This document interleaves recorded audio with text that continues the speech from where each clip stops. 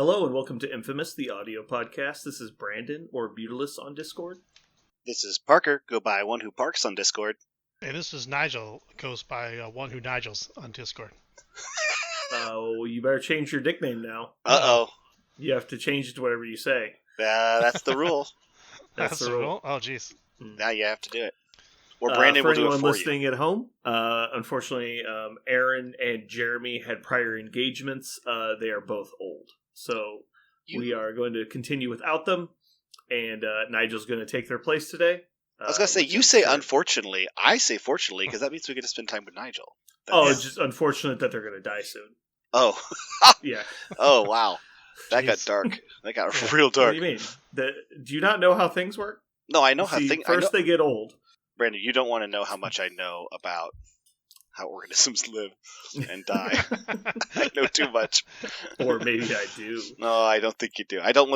We don't want to go down the trees conversation again on this podcast. Yep. Talk about the trees. All right.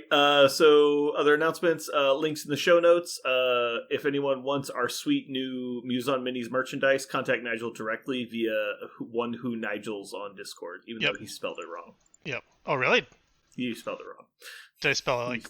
You left out the E. Oh. You're on Who Nigels. Oh, yeah, there we go. That's pretty cool. I don't cool. think you want to be on yourself. Yeah. Anyway. On Who Nigels. Yeah. Oh boy, the jokes that nobody can ever see. Those are the best. Yeah. Anyway, it reorganized the videos based on names. That's funny. Parker, what's next? We have news. News. Hey, news! Yes. News!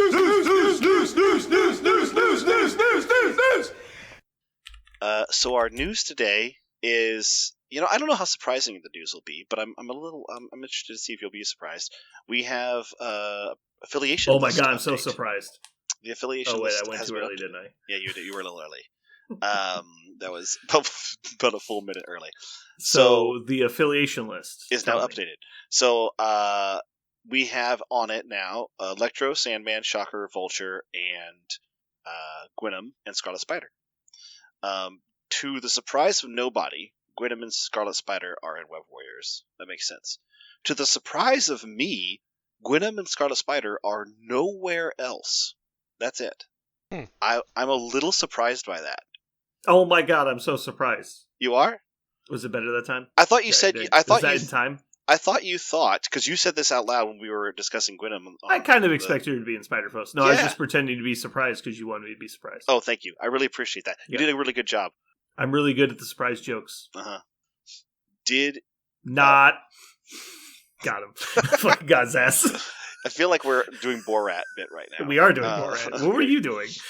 Were you not doing Borat? I was trying to have a conversation with another person, which was my first mistake. Yeah, it's going to be a no from me. Yeah. Okay, go ahead. So did you... I'll stop there before we do the other four. Are we a little surprised that they're only in Web Warriors? Web Warriors makes sense, but only in Web Warriors? Is Flash Thompson in Spider-Foes? No. It's like, I guess, I mean, I don't know. No, I don't know. I'm not surprised at all that they're not. I figured there was like a 50-50 that she'd be in Spider-Foes. But I don't know anything about the character. Like, I don't know the history or the plot lines with her involved. I don't know how often she works as a villain, because, like, Eddie Brock worked as a villain as a long time. So, like, that makes sense. But then, Flash, I don't know how often Flash was a bad guy. I guess I would I would have to search the annals of her character to find out. She's such a new character. I don't think there's a lot of literature with her in it, even. So she probably just doesn't have the opportunity to be anything else except affiliated with Web Warriors. Also, anytime they decide to not overlap characters in a bunch of affiliations that they don't need to, I'm for that. I think there's already way too much cross-pollination with fucking random-ass characters. Now, see, that's interesting you say that. That was my next question. Do you think more characters, you just mentioned as much, do you think more characters should be only one affiliation? Or yeah, I think they should completely revamp the way affiliations work. I don't think it scales well. I think it was great initially. But like Wolverine's in like 3 affiliations and Black Cat's in like 4. Spider-Woman's in 5. Like, and then at the same time you move around to like, I don't know, like pick another character and they're probably only in 1. Like, it's just odd. There are not that many characters in 1, actually. Like, do you know how many? Have you looked this up? I'm gonna I'm gonna look at them right now. Let me stare at it. Wait, are you just gonna? Oh, you're looking at MCPDB. Okay. Yeah. Jean Grey is in one. All the Black Order characters are in one except Right. Cosmic Ghost Rider. The leaders, Captain America leaders, are in one. Crimson Dynamo is in his own. Both Dr. Octopus are only in one. Cyclops. I imagine it's probably like 30 to 50, I would guess. I don't know if there's that many. Well, I mean, you've already named 20. Heimdall's only in one.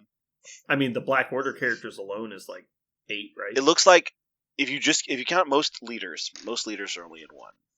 It looks like a few are in more than one, but not I'm sure nobody cares about my opinion, but I'm going to give it to you anyway. I always thought, or recently for the last 6 months, I've been thinking this would be the best way to do affiliations moving forward. And so if this gets back to AMG and they want to use it, you have my permission. Please do. Mm-hmm. I think every leader should have their own affiliation. And so let's say Sam. Sam would be like the new Avengers or whatever you want to call it. And then Steve 1 would be like the Mighty Avengers. And then Steve 3 could be I don't know, the Spectacular Avengers. It doesn't matter. Yeah. Anyway, so then every affiliation would have their own list of affiliated characters and a number of unaffiliated characters allowed in a squad. And so, let's say you're building a Sam list. And you mean Sam's a roster said, or a squad? No, squad. Okay. So you can put wherever you want in your roster still. Because your leader, when building your roster, you can put whatever you want in it. When you go to play a squad, you're like, I'm going to play, the new Avengers with Sam. Well, Sam says you only get one unaffiliated, and these are the 6 affiliated Avengers with Sam specifically. So you could have Luke Cage and Iron Man affiliated with Steve 1 if you wanted. But it's well, we didn't want to give those tools to Sam because it's too strong of a list, which we have seen. Sam has dominated the meta for a long time. So they would just take some of those tools away. And now it's oh, well, if you want Bill, you want Crimson Dynamo, you want Voodoo, and you want Iron Man, and you want Luke, well, you only get one of them. And the rest of the list is made up of the other Avengers, like Ant-Man and, Black Widow, Hawkeye, stuff like that. People that maybe work directly with him in the comics, or just for game balance reasons. And so then somebody like Emma would be, she has, up to 9 unaffiliated models, because that's the way her Hellfire Club thing works. And obviously they would probably revisit everything from the ground up. But I think that would be really cool, because your individual affiliations with your leader would be really interesting because they'd be sculpted around the leader. So Star-Lord wouldn't necessarily be a problem because you would not have to worry about CGR and Bill being affiliated with him. Because well, maybe we'll just make a second Guardians leader who isn't that, doesn't have that huge bench of models and also be able to take 2 or 3 unaffiliateds to put winging tokens on. Would you then be interested in some leaders losing their leadership so that they could actually have a cadre? For example, Wakanda is a good example. There are 8 models in the range and 4 of them are leaders. So would you there's no rule against them having the same affiliated models. If they wanted, if they felt good about what it was, we like how Wakanda is functioning right now. Mm-hmm. So they're all going to have the same list and the same, you get 2 unaffiliateds. It would also make it easier because you wouldn't have to balance, well, such and such it's 51% of your list has to be affiliated, right? Mm-hmm. Well, you wouldn't have to worry about it so much because, well, this just says you have 3 unaffiliateds. You take whatever 3 you want, it doesn't matter. It makes it easier from that regard, where it's oh, well, we have to worry about 3-point leaders because it gets easier to get affiliated with 3-point leaders. Well, it doesn't matter. You just get 3 unaffiliateds. Yeah.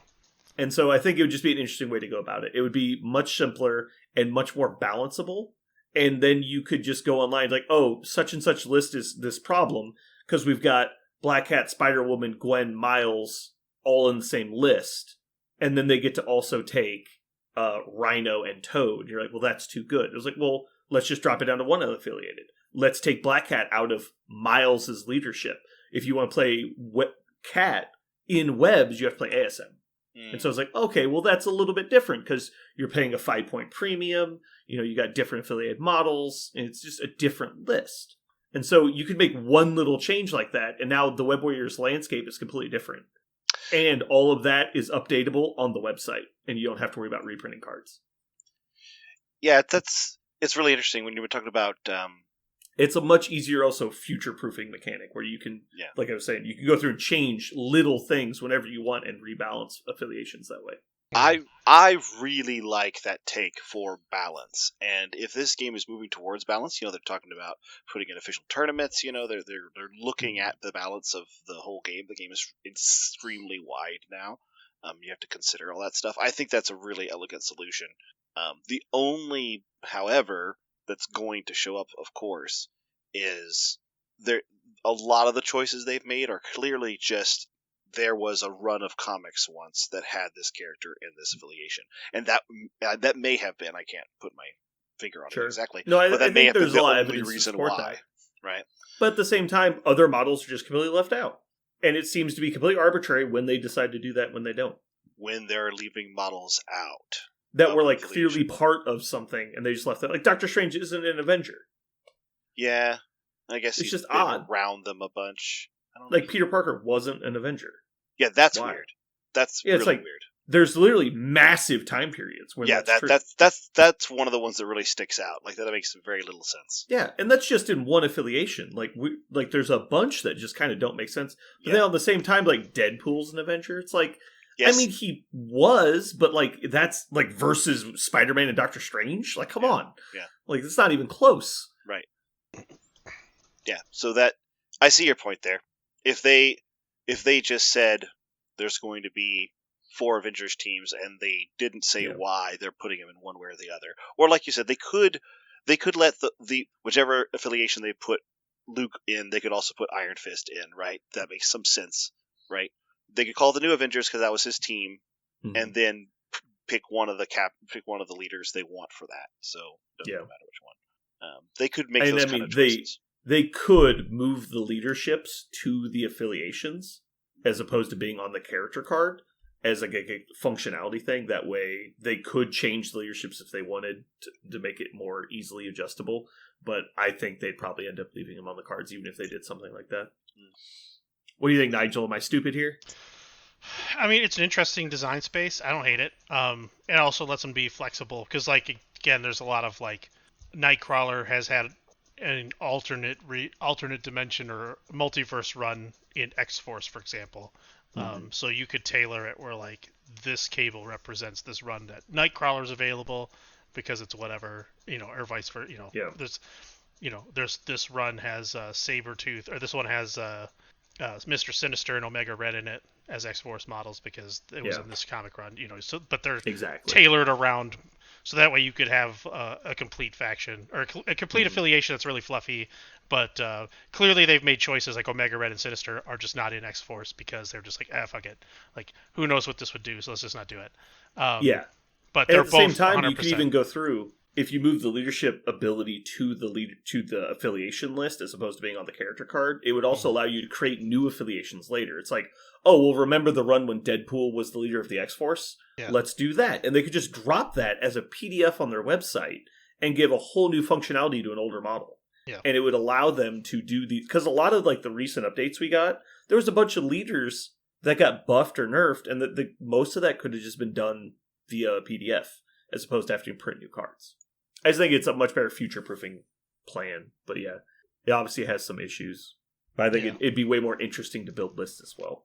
Well, because you could be building Avengers and be like, all right, well, I've got Steve 1. Here's my 3 affiliated models for Steve. But Sam, I need only one of these guys is affiliated with Sam, so you'd have to like plan differently. But there'd be a lot of synergy still. Mm-hmm. I also think that the fluff justification for models should be not necessarily like the biggest deal. It should definitely be secondary to game mechanics. Yeah, and also just for keeping people interested. Like, Gwenom could just be A-Force. So, like, I'm sure there's no A-Force run, but why not just throw her in there and give those A-Force diehards a bone? They're okay. So you're saying like we should start putting people in places they don't necessarily make fluffy sense, but that way it would make more game balance sense. Yeah. Okay. Because those people are starving for a release right now. I mean, they did get some people recently, didn't they?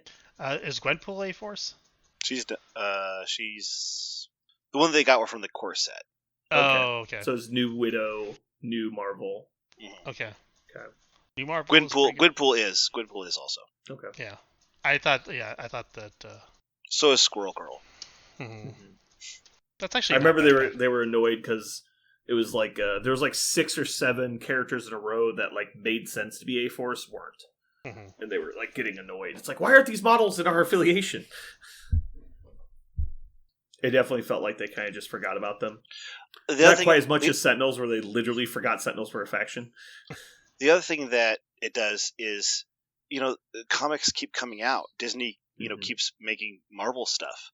Like, every once in a while, like you said, Omega Red becomes part of X-Force, and it's a really compelling storyline. When Deadpool is a part of Avengers, it's a compelling storyline, but he's, if they add somebody new to the Avengers, like if they bring back the original Human Torch, the robot Human Torch, and he's a member of the Defenders for a while, it's a really big deal. Like, why can't we put him in the Defenders? Why does he have to only be in S.H.I.E.L.D. because he's a guy from World War II? Like, that doesn't make any sense. They should be able to do that, but they can't because he wasn't, when they printed him in 2022, he was only, a robot from that time period, which is untrue. He was a member of the Heroes for Hire. He could easily have been an Avenger or a Defender, but they just didn't. There are things like that you could do. Yeah. And they can't do it as long as they lock everything as long as they put everything in cement as soon as they put the model in the game, they can't affect that. I would love for this to be a much more fluid list where they're constantly. That'd be my only suggestion, not necessarily to move all the affiliations or make each leader an affiliate, but just be willing to move guys all around anytime for balance or comic book's sake. Pick one or both. Mm-hmm. Yeah, I would like to see a little bit more active hand in curating the affiliation lists, but even if they keep it in the current format, I'd like to see them just start breaking up the affiliations. Like, Avengers is way too many people in it. Same with Cabal. Really, they should just start splitting the big ones down the middle and here's your 2 affiliations. Or you shouldn't be hesitant to take people away. It's like, oh, well, we're going to try it for a season without Iron Man and Avengers. This is a time period when Iron Man wasn't available. And it's like, oh, okay. So it would just shake it up a little bit more. I mean, you could still play him. It just wouldn't be on your affiliate list. You'd have to slightly change your roster. Speaking of affiliations that are getting really big, Criminal just added 4 more with Electro, Sandman, Shocker, and Vulture. That affiliation is getting really, really big. All criminals, huh? Uh-huh. So all 4 of them are. I think Sandman and Electro are going to shake that up a little bit. I think Sandman specifically is going to show up in Criminal Syndicate. Maybe I'm wrong. Why do you think Sandman? Because he pushes people around, and he himself is yet one more model, one more potato, just one more potato that can push you around. And I think they're reaching a critical mass of potatoes in the affiliation even. And I don't know that potatoes get it done in the current meta, but there definitely could be a shakeup that makes it very relevant. I suppose I got specifically ones that push you around, specifically ones that have board control. Yeah. I don't think Electro and Shocker and Vulture have as much. Well, Vulture's not terrible because he can move you off a point and stuff. It's not the worst thing in Criminals. Sure, I guess just my point is, what 4-pointer are you cutting out of the Criminals list that currently exists? Yeah. To put Sandman in. That's the problem. Right. It's the 4-pointers they run are already fucking insane. Yeah. And so it's just hard to, what you do, cut a 2 and a 3 to squeeze this model in. It just doesn't work. But it is relevant. All 4 of them are also Spider Foes. So now those 2 affiliations are almost completely overlapped. I think the only ones that are not in both are Carnage. Oh, there's a few. MODOK. No. Once I was talking about Spider Foes that are not Spider also Foes criminals. that are criminals. Okay. Yeah, I think it's all of them except Venom, Carnage, and Doc Ock. I think. Yeah. Lizard. Yeah. Bullseye. He's a. Oh no, he's not Spider Foe. He's not Spider Foe. They don't. Kind of is. They don't have a 2-pointer. Yeah. But Mysterio is. I thought either Mysterio or Green Goblin wasn't. I thought one of them. Green Goblin is a criminal. Mysterio is a criminal. I'm pretty sure. Let me look. Yeah, he is. Oh, wow. Okay. So it's just Carnage, Venom, Lizard, Doc Ock, which is it's 4 characters. But both Docs or just one? I think both actually. Doc Ock both. Let me look. Yeah, Doc Ock both. Okay. The which is weird because he's literally a criminal. Yeah, he's very he steals shit all the time. Yeah, he's quite adept at robbing banks and stuff. Mm-hmm. Again, one of those things really. Yeah, odd. And that's where they draw the line. We can't put Dr. Octopus in criminals. It would be way That's too overpowered. strong. Yeah. Well, Yeah, it's just odd when they choose that, because like he would be perfectly at home with all of the models and criminals. Yeah. But Mysterio, like I guess Mysterio's a criminal. That's fine. It's whatever. I don't know. Lizard could also easily be a criminal. Like if you start trying to justify things, you could put everyone everywhere. Yeah. We knew Electro was already going to be a Spider Foe, but I am really excited to see the all trap team of Spider Foes, where it's Green Goblin, Electro, Mysterio, Kraven. Good luck anybody trying to move anywhere. Like, you're going to take damage every time you move your model, which I think is going to be really fun to play. I am very excited to try it. Yeah. That sneaking Do you have any Iceman thoughts? somehow. Yeah. Do you have any thoughts on these affiliation updates, Nigel? Yeah. Yeah, I mean, they all seem standard, or what you Definitely expect. not surprising. Yeah. All right. Well, I guess we'll go ahead and move on.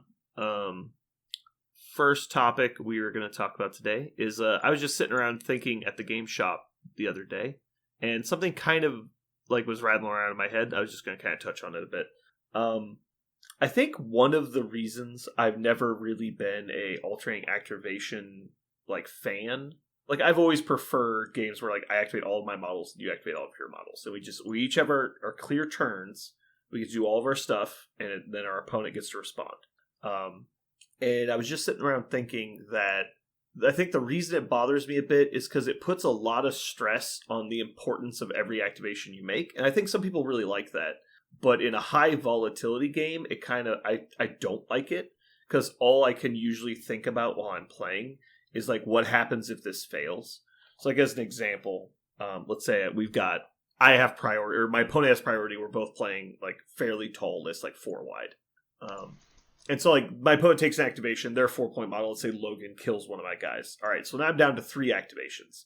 I activate one of my models trying to do some damage back to them or take some important piece out of control, and like I just have a bad turn. Whatever happens, I don't get the damage I need, or I don't generate enough power to do the thing I want, or I miss my triggers, and it's just like I basically have an activation fall flat. And so now I've basically just given the ball back to you for you to kind of just keep pressing your foot on the gas.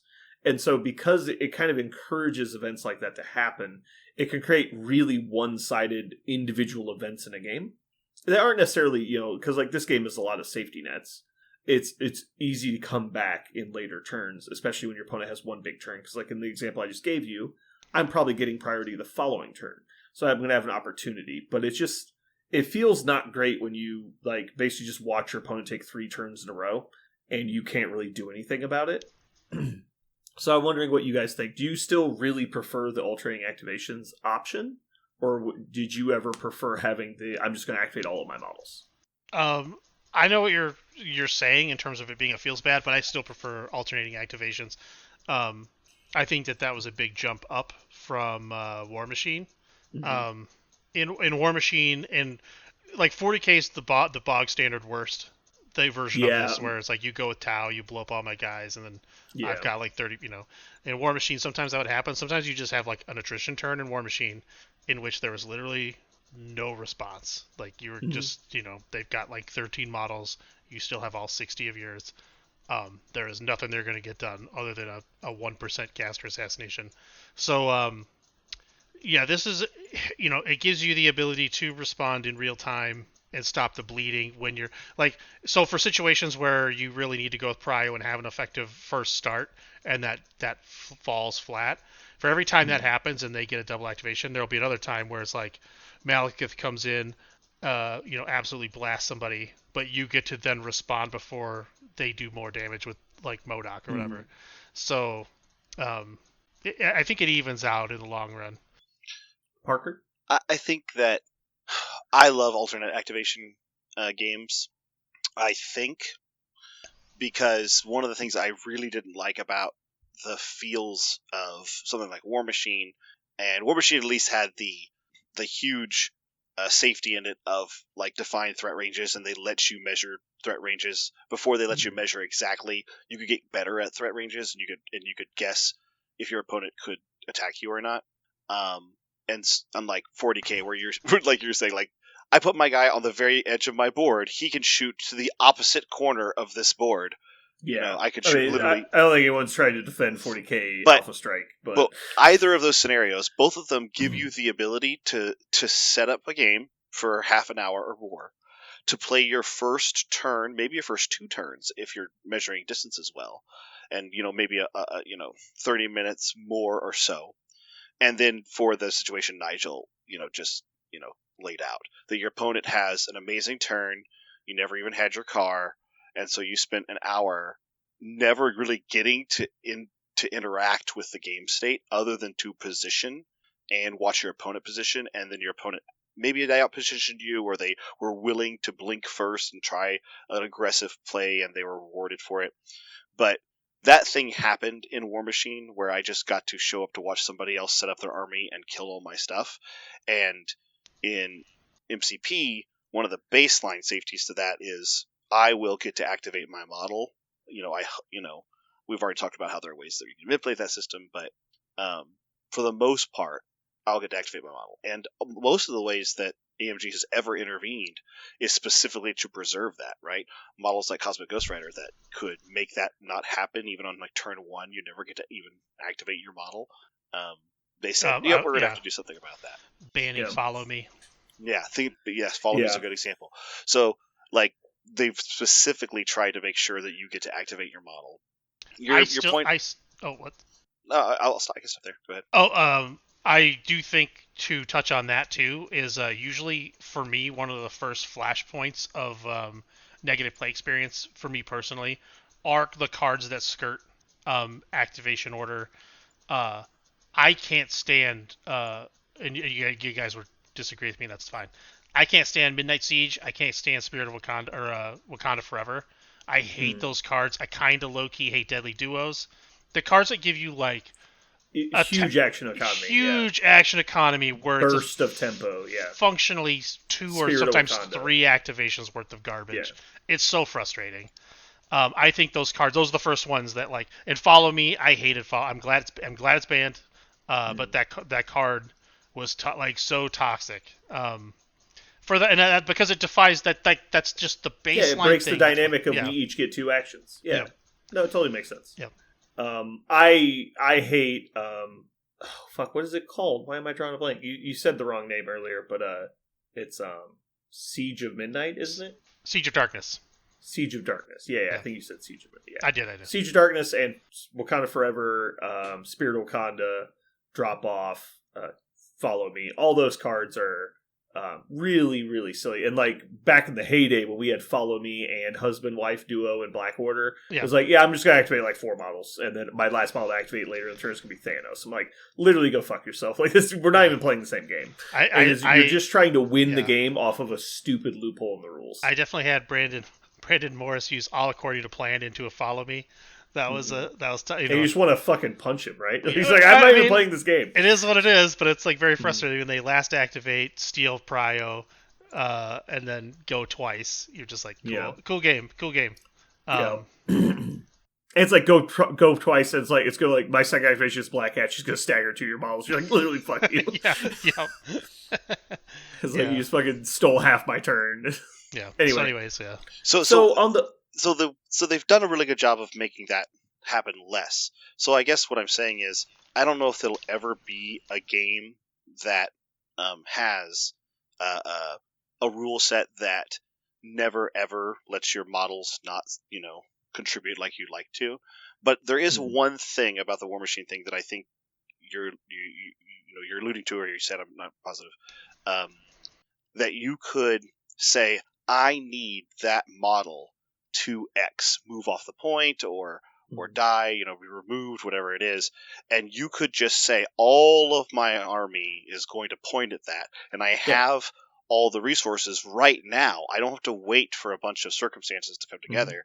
I can just right now, under my own volition, make that model that I'm really nervous about disappear. And yes, I'm going to have to roll dice probably. But, there's a chance that model lives forever. I've had that happen before, and when it did, I left 4 claw marks on a table somewhere in Independence, Missouri. Yeah, so I want to give an example here. So let's say in MCP, an apt example is like, I'm playing against Immortal Hulk. I managed to daze Immortal Hulk. We flip to the other side. Let's say he's got like 8 hit points left. I have priority. I should be able to kill this model. Like, I've got Magneto fully loaded, terrain to throw. It's like, I should kill you. Like, it's like a 85% chance that I just pick Immortal Hulk up right now. And it's just like, you just have one of those bad turns. Like, I roll like 3 skulls and all my rerollable attacks. And it's like he blocks 2 on every dodge roll. It's like, I just come up like 2 short. But it's like, in the snapshot of the game, it's incredibly important that you dealt that 2 damage. And so, because the volatility of MCP, and they clearly designed the game to have high volatility, that's like why we have D8s, that's why there's such swingy rolls. And part of it is a good thing, but part of it is also a bad thing. You get these situations where it's like, the entire game is coming down to this singular dice roll. It's like, if you block 2, I lose the game. If you don't, I win the game. And it's just because the repercussions of picking up that 7-point model versus letting it immediately activate and destroy my team is just, it's astronomically different. Like, the 2 versions, like the branching points in a storyline are so different. But I have the resources to kill you. I don't have the actions to kill you, because I'm only allotted 2 of my actions right now. And so, like, I've always really disliked that, because it feels like we've both made all the decisions correctly, and now the game is just telling us what happens. Well, as where on the flip side of the I get all of my resources, I can make the plan. It's like, okay, well, Magneto should kill Hulk, but if he fails, I've got Bullseye here. And if he fails, then I've got Mystique over here. And they all have things they would much rather do than kill Hulk, but I have the tools there if I need them. I can make this plan and all of these different little plans based on how other things go. And I really enjoy making those kinds of plans. That's what I loved about War Machine. Is like, okay, well, clearly this is the best tool to take on this enemy. And so, like, that's his plan A. But his plan B needs to be to back up his buddy over here in case he fails. And so all these overlapping plans that have a little bit of redundancy built in. I really liked building those. And in MCP, you can still have some redundant plans. Like, okay, well, this fails, I'm going to do this. But due to the priority changing and the activation order, it can sometimes get away from you even though you made the right decision. And that's obviously frustrating sometimes. Well, this will be in danger of being hypocritical, but I do think that as much as I hate those TTCs that are like idiotic action multipliers, I do love the ones that give you the one more just action. Just play follow me. No, I mean, I love Fastball Special for just that, because it's like Domino has to go in and do like 10 damage to Hulk, and she's on average going to, because she's like full of power and she can count skulls, and she's just going to annihilate him. Oh, I'm short because I'm dice. Yeah, but I'm one short. Guess what I played? Do you know who I am? I throw this fucking building into you. Yeah, it's like it's so powerful and awesome to just have that. I love those cards for that reason, is because you sit them in your hip pocket. You try to goad out their brace, and you get them good eventually. And there's so many clever ways to mix those in. So those cards are very fun. And then of course, obviously the the priority stealer cards like fallback and stuff, where you just want to sacrifice and fall back, and whatever cards prevent, like if you do whiff, your back end is covered a little bit. Well, that's actually something I kind of find frustrating, though, is because it just devolves into everyone plays those cards, and now we're in the same boat we were before. Well, it's like what happens when everyone plays Medpack, Patch Up, Brace, and Fallback, and you're like, oh, well, all that happens is we've taken all of our tactic slots, and we're both in the same boat. Because when you go to attack me, I'm going to fall back and then Medpack, and then on your turn, when you get lucky and dice somebody, I'm just going to field dress them and immediately attack you. And it's like, okay, well, then what's the point? Because we're playing the exact same redundancies. Yeah. And so we're just invalidating the exact same dice rolls. Mm-hmm. You're not totally wrong.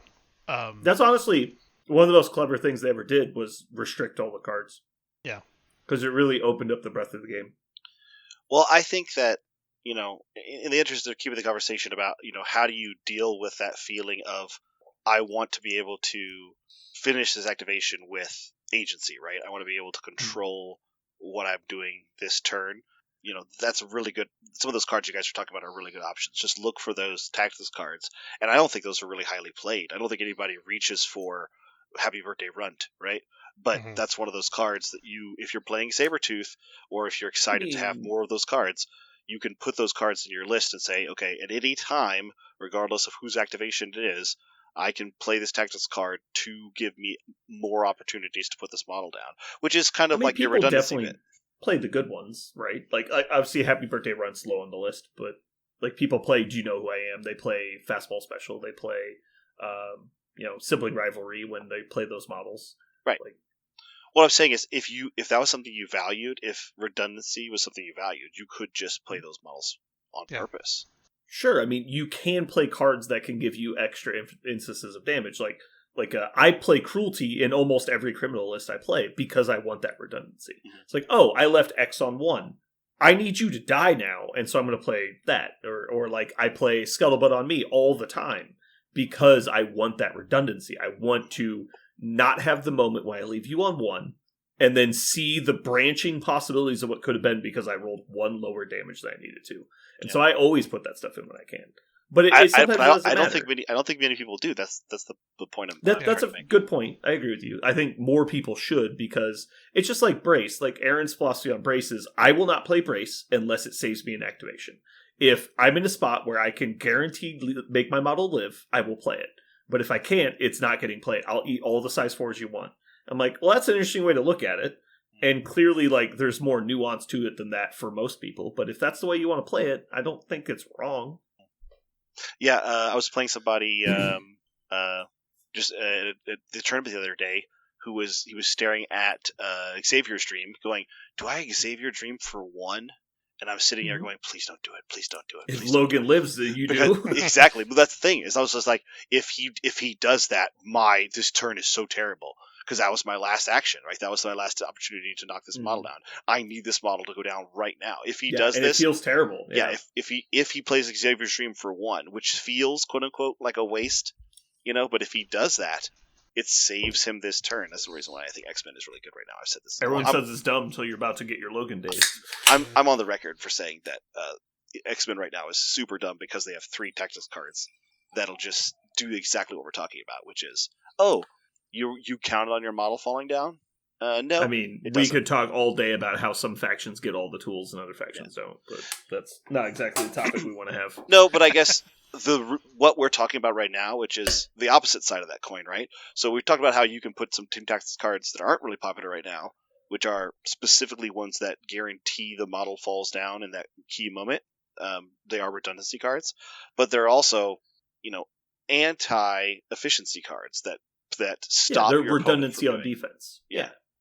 I mean, I know you're under the impression that people don't do that, but I would argue almost every card that gets actively played are those cards.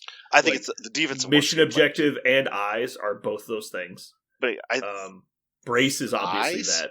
Yeah, eyes, because they only play eyes so that they don't get dazed. It's a defensive card. Yeah, but you're not playing it to remove your opponent's lose ability to kill your model on the first turn. I would not call that redundancy. I would call that pro-action, but sure. Sure, but like you're burning a tactic slot to remove the opportunity from your opponent.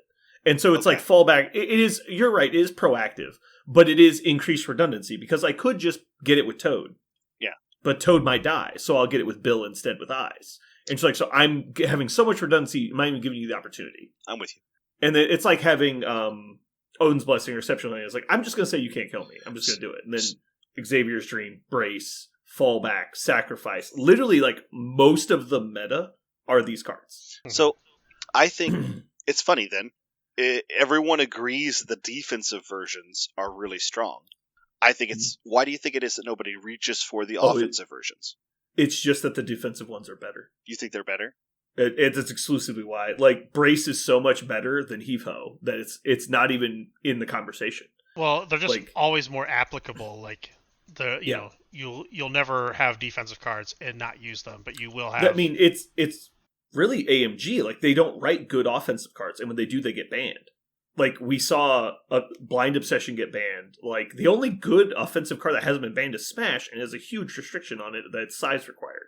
I mean, I'd argue that Fastball's up there. Fastball's good. Yeah. I really like Fastball, but you have to play 2 4-point characters that are very specific. Another case and exception is Mental Domination. That card's disgusting. It's also confusing. But But it is quite disgusting. It's horribly worded. Yeah. Does that middle domination doesn't require an action? I thought there was in it. No, it's not action. It no, does. It just happens anytime. Yeah, yeah. It's one of the few non-action attacks. It's it does require it to be during their activation, so they can't. Like Emma Frost can't have them spend power to do it as like a third. But they themselves, if it's Jean Grey's, like it legitimately makes both of those two characters playable, but almost by itself. Makes one of them playable. Jean Grey's a banger. Sure. Whatever you say, man. Spoiler alert. I actually am surprised that we don't see more Jean Grey Cerebro play. Because if you put Cerebro on her, she's actually terrifying. Yeah. Oh yeah. Yep. Okay. I like this. I like where this ended up. I didn't know if I liked where this was starting with because I was nervous it was going to be a gripe session. I think we made some good points here, but if you just look at the defensive cards and the quality of them compared to generic cards in the game, then you look at the offensive cards with very few exceptions. Like, Do You Know Who I Am is insane. Nobody would ever play Juggernaut without it. Like, same thing with Deception. Nobody would ever... Like, you're putting Deception in if you have the restricted slot. Like, it got restricted for a reason. And so there's just not that many examples of cards that are that good while also being offensive. And I think that goes back to the design philosophy, right? Which is, AMG would like people to use their superheroes, right? Yeah. And so cards that make your superheroes last longer are cards that will see greater visibility because they're easier to play, they're more applicable generically. However, it will lead to more moments like the one you're describing right now, which is I really want to win the game, but I have 2 dice rolls to do it. That's it. Like, that's all I get. Yeah. And if my opponent has any way to stop me, I can't do it. I mean, everyone's had the example situation at this point that's like, oh, I need to kill Logan because Logan's got like 10 power standing in the middle of my list. And it's like, okay, well, I have to kill Logan. I'm going to activate my best model that has as many damage opportunities as possible, like somebody with a throw. And like, let's say I just activate Apex and I try and kill you. So I pounce into you, you brace. I throw a piece of train into you, you block 2, you take like 2 damage. Okay. Now I hit you with the first attack and I just roll bad. I do 2 damage. I'm like, well, I can't kill you now because you have exceptional healing. And so it's like, I've just lost the game because now your fucking Logan is going to do infinite damage to my team with like fucking 6-7 die beams with rerolls and pierce. And it's just like, okay, well, I made every decision I could. I did literally everything to the best of my ability and just watched myself roll below 5 hits on 6 dice once. And I lost. And it's just like, yeah, it just sucks. And so like, I really don't like that feeling that it seems to happen, I don't know, not super often, but like probably like 1 in 3 games where you're just like, I really needed this moment and I just had no ability to invest my resources the way I wanted to because like the game restricts you in that way. And I know... Go ahead. And that's just something I prefer the issue, because it's not like the other side's better. We're never going to get a perfect system. But the full army activation versus the alternating activation, I just prefer getting to use all of my models, because I feel like I prefer the issues with that system, is all I'm saying. The only thing I'll say about that is I have had moments in games before, and I don't know if you can agree with this, where I was like, man, I really need to remove this model. That model is really scary. I really need to play around this model. Here I go. And so I will do everything I can to make sure I have the absolute optimum, version, because I know I can't remove them, right? They're a Wolverine with exceptional healing, and I can't kill him. And so I do everything I can. And then he activates, and he did 3 damage to my list at the end. Like, he also, time walked himself. And I was like, wow, I was really scared of nothing. Of course, the ceiling is not the floor. Well, it's just an example of what I'm saying, though. They're just on the other side of the table. Right. Like, from that person's perspective, they basically just lost the game because their premium model in a premium situation just rolled bad. And then you got to basically time walk them for no reason.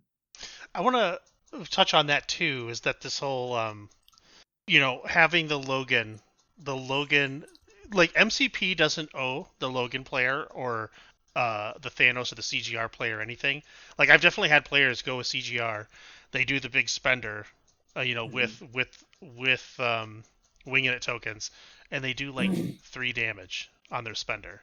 And they're like, well, that's game, and they just throw their hands up. It's like, you got a Psychosis token, and a 10 damage to go before you're off. It's like, what are we talking about? Like, Yeah. settle down. Your guy can't just like delete models every time he looks at them. So, so that's going to happen. And yeah, Logan having I'm beaming 3 people and they just think that they're going to kill 3 models. It's like, well, it's just a 7 dice with 2 rerolls against 3. Like somebody. I mean, it is incredibly premium. It's one of the best stacks in the whole game. But I know what you're saying. It is premium, it also but you're not doesn't winning the mean lottery that it's guaranteed. Yeah, to kill exactly. people. Yeah. Someone's going to spike a defense roll. You're going to maybe people dump need to one, sit down and actually look at the math and realize that like 3 total hits is not the out of the realm of possibility. Yeah. Like, who they just assume they're going to do 7, drives me more nuts than Logan is just Dynamo.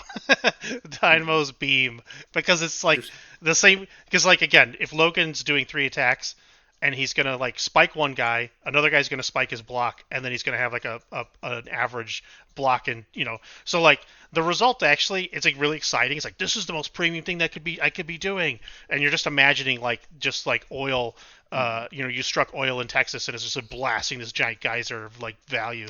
But like, that idiot Crimson Dynamo is just doing that over and over. 2 actions a turn, just bah, bah, bah, bah, bah, racking up power like it's nothing. Yeah, he's gaining power for it. And he's just like, he's like spiking 5 die rolls and like hemorrhaging all over your face and everybody's shocked. It's like he's so miserable when I would much rather have like the occasional like Logan, like, oh, god damn it, like 3. But yeah, people just like the. I'm Logan definitely on the other side. I would gladly get rid of Logan and play against Crimson Dynamo all the time. No. I hate Logan so much. He's the ultimate punish you for trying model. Yeah. It's like, oh, I guess I have to kill him because he's Logan and he's broken. So I try and kill him. And I do 4 damage and he heals 2 and kills 2 models. Like, sweet. Yeah. So glad we're playing this game because I made all the right decisions and get punished. And he's an X-Men now, so yeah, he's got all the pillow fort cards. Yeah. You've got Brace, Indom, exactly. or Brace, whatever.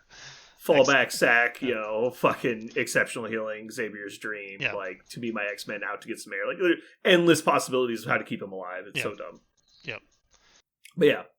So let's transition to another conversation. Nigel, you wanted to talk about kind of similar to what we were just talking about. When you get into these situations where basically one player has a very one-sided experience, like you get time walked basically, like by something, or games just go sideways sometimes, like you don't get the rolls you need and like things just really spiral out of control, and the game's past the point of contention.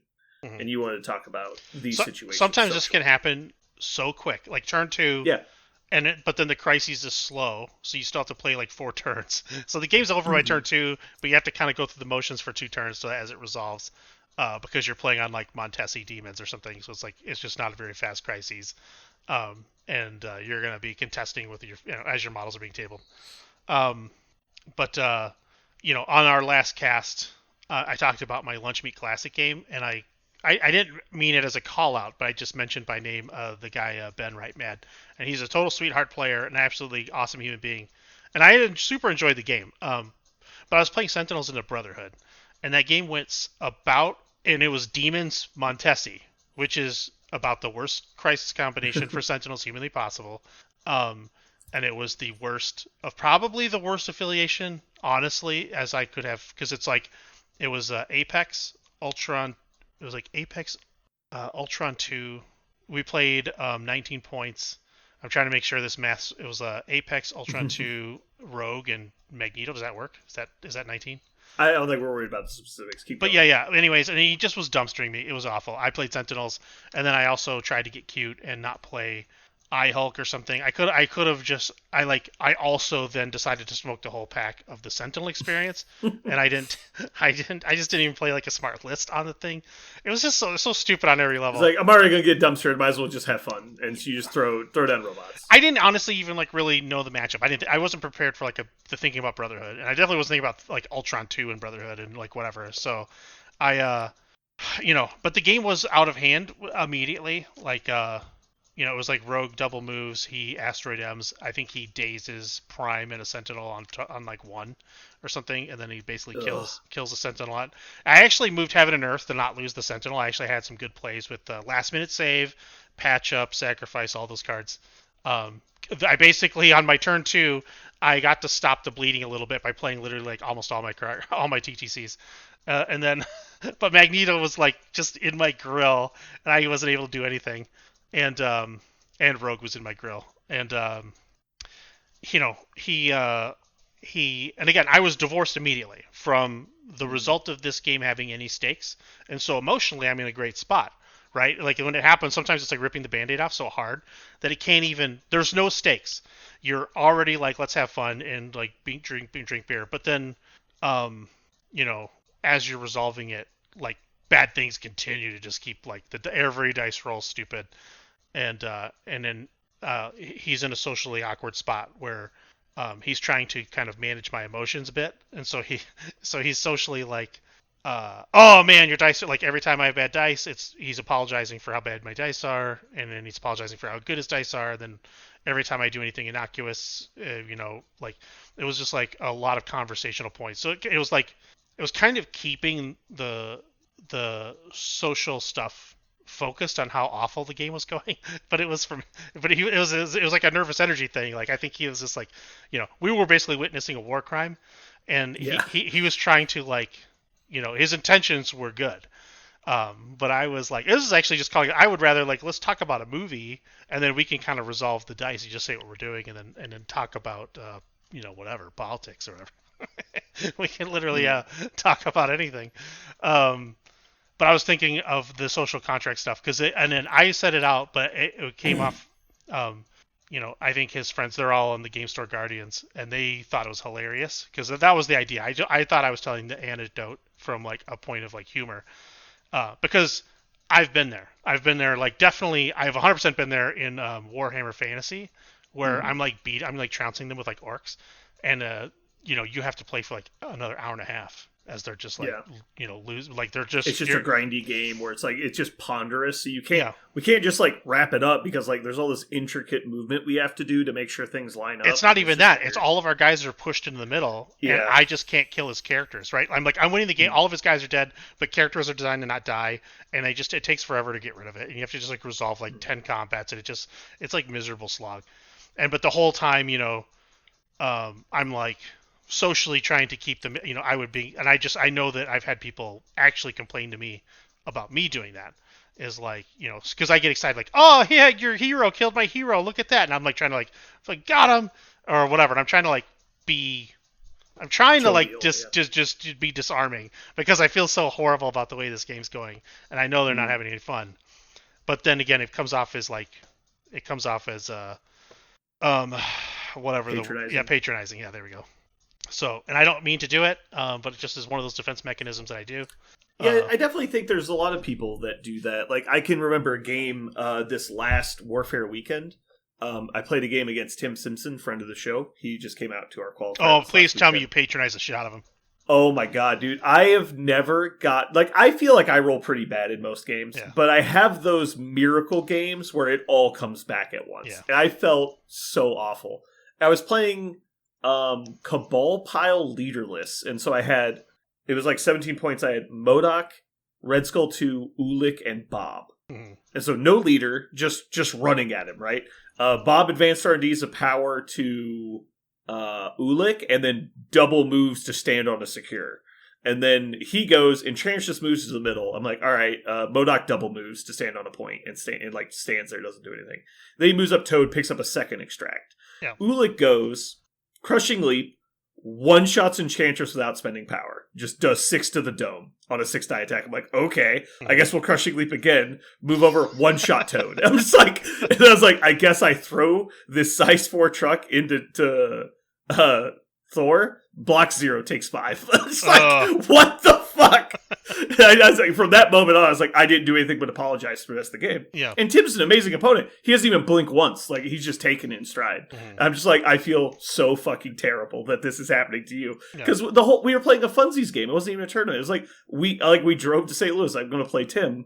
And we didn't even get to have a fun game. It was completely irrelevant. Mm-hmm. Every time, I don't think I made a single attack the entire game that didn't kill somebody. Except for the one time he played Odin's Blessing.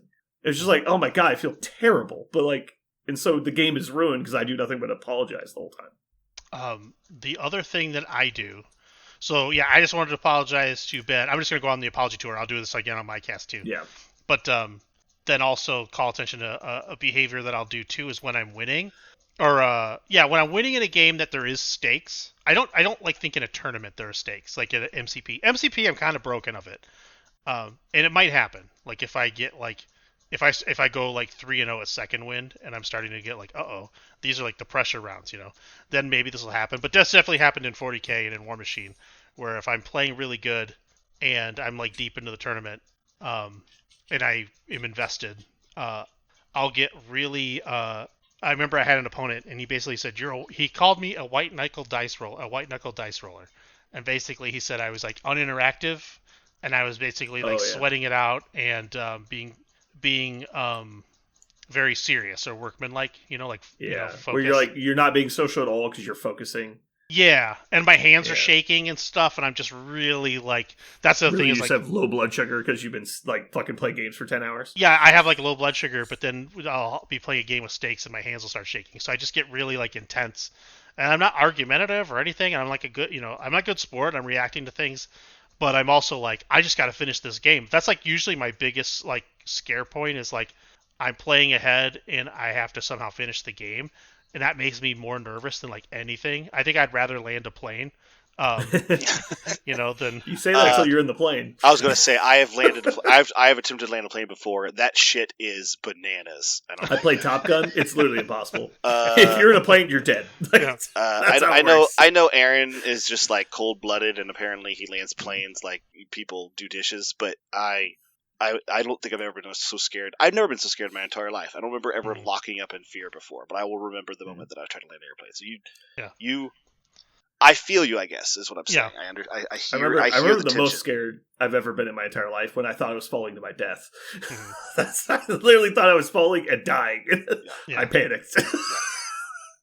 But do you guys have any behavioral bugaboos that you?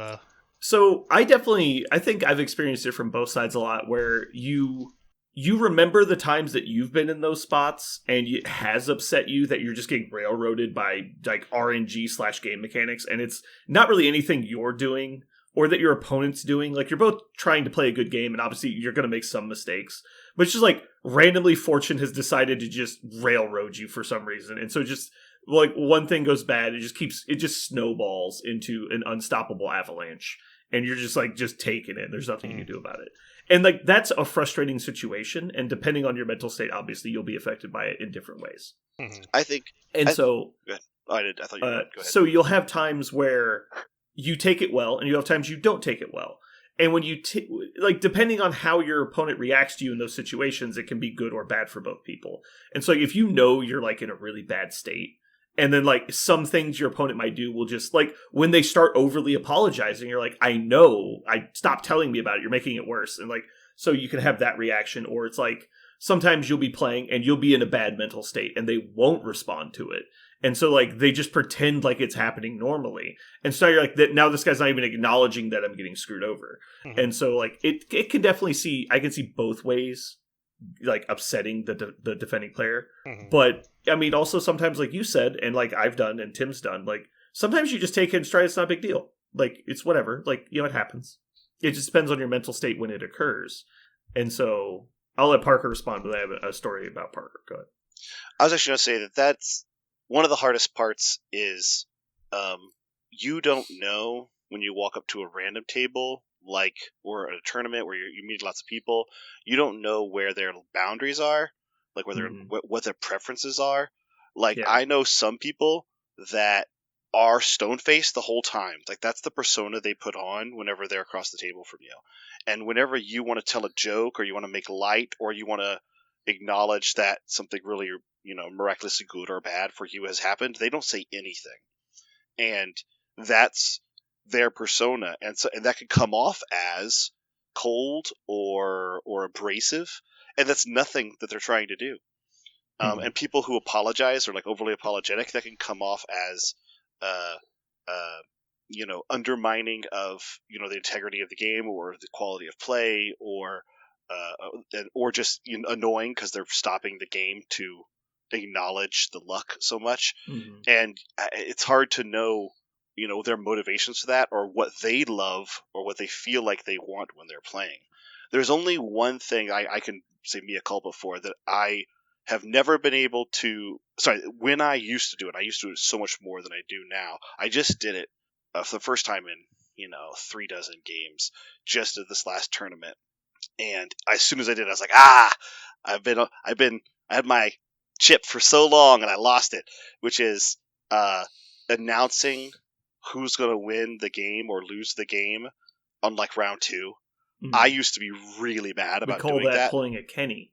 Yeah, I do that. I used to do that constantly, and it was one of those things that I realized was super off-putting for my opponent, and I worked really hard because it was not something that I was excited to do. I was doing it probably because I was stressed out, and that's what I said out loud, and that's why I realized, like, just don't say that. Just don't say that. And so sometimes I will probably I could say something that frustrates my opponent or something they didn't appreciate, and I can't always guess what that is. So I'm just going to say things sometimes. But the one thing that I know is bad, and it just undercuts the entire game, is when you announce who's going to lose. And it's usually I never said my opponent's going to lose. Yeah. I announced when I thought I was going to lose. And it was way too soon to make that decision or that call.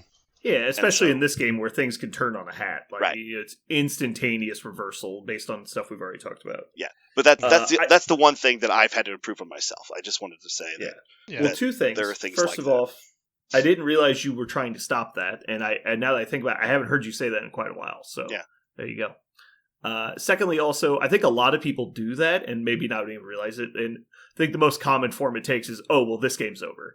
Like something like that, where it's like big event, like, oh, I left Magneto on 1, this game's over. Or it's like Rhino gets away or something, or like there's a lot of events happen. Or like, oh, like here's an example of a game I played against. I was playing against the Bye at the tournament over the weekend. Guy named James, he's a local, he's super cool. He's playing Ultron 2. I flip Ultron 2, playing X-Force.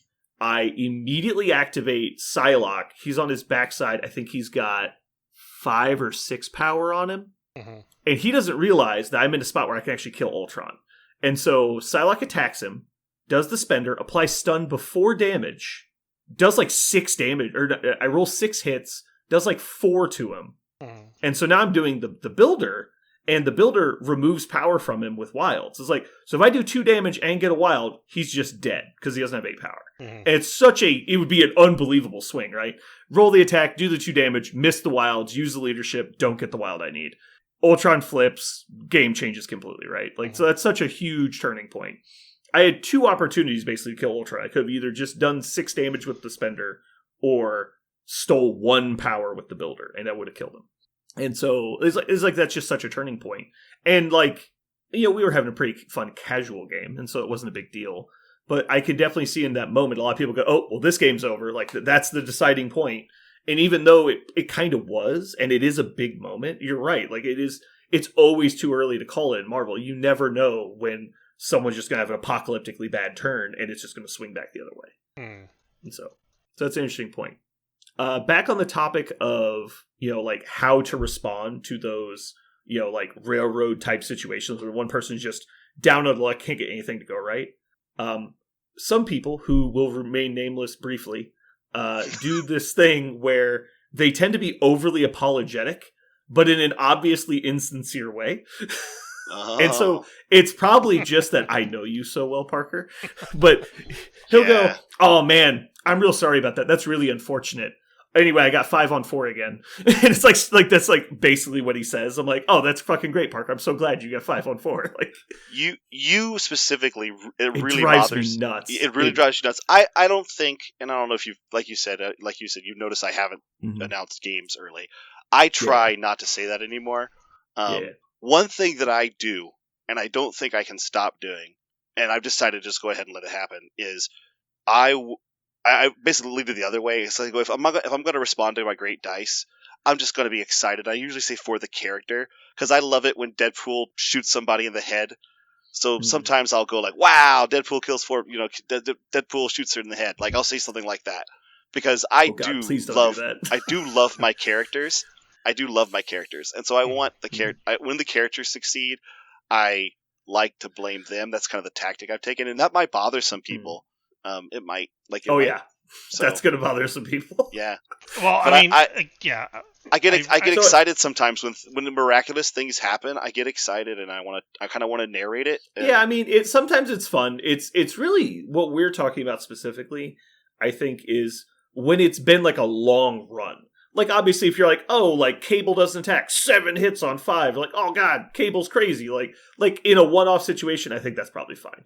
But if you're like doing your like rapid fire list, you're just like, and you hit like one model generates 21 hits in an activation, you're like, okay, my opponent's probably very upset right now. Yeah. Like, I should probably not say anything along the lines of, man, he's just tearing you up. Like, shut the fuck no, up. I do. please. Yeah, I do not Yeah. do something like that. So that's the different situations we're talking about. Like, obviously, random comments are welcome and stuff. I'll say that who is across the table and what the stakes of the game is helps a lot. But I mean, we talked in the last cast. We talked about the funniest thing about MCP is that all of the character abilities have these like really trolly because they're very fluffy. So like as Parker said, trolly names. If Deadpool's shooting people, you're just like, I'm just gonna bang bang, up I bang banged or whatever, and you're just the more you say bang bang, the person it's affecting is getting really annoyed.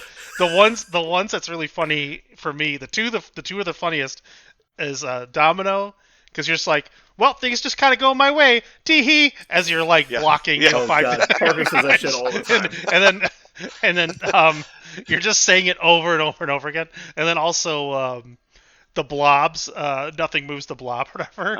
And you're just like when I play against like Josh, me and Eggers would play blob a lot, and he just gets so mad about it. And we start like belly bumping the table, like nothing moves the blob, and we'll start like belly bumping the table, just every time we use it. You're gonna get fucking stabbed. We're gonna get, but it's so like MCP bakes that into the stupid character cards. So just saying what they do. The thing I'll always quote at people is if I'm playing MODOK 2 or either Doctor Strange, I'll say, you've come face to face with the master of either the mental or the mystic arts. And it drives Jeremy fucking up the wall. He's like, stop it!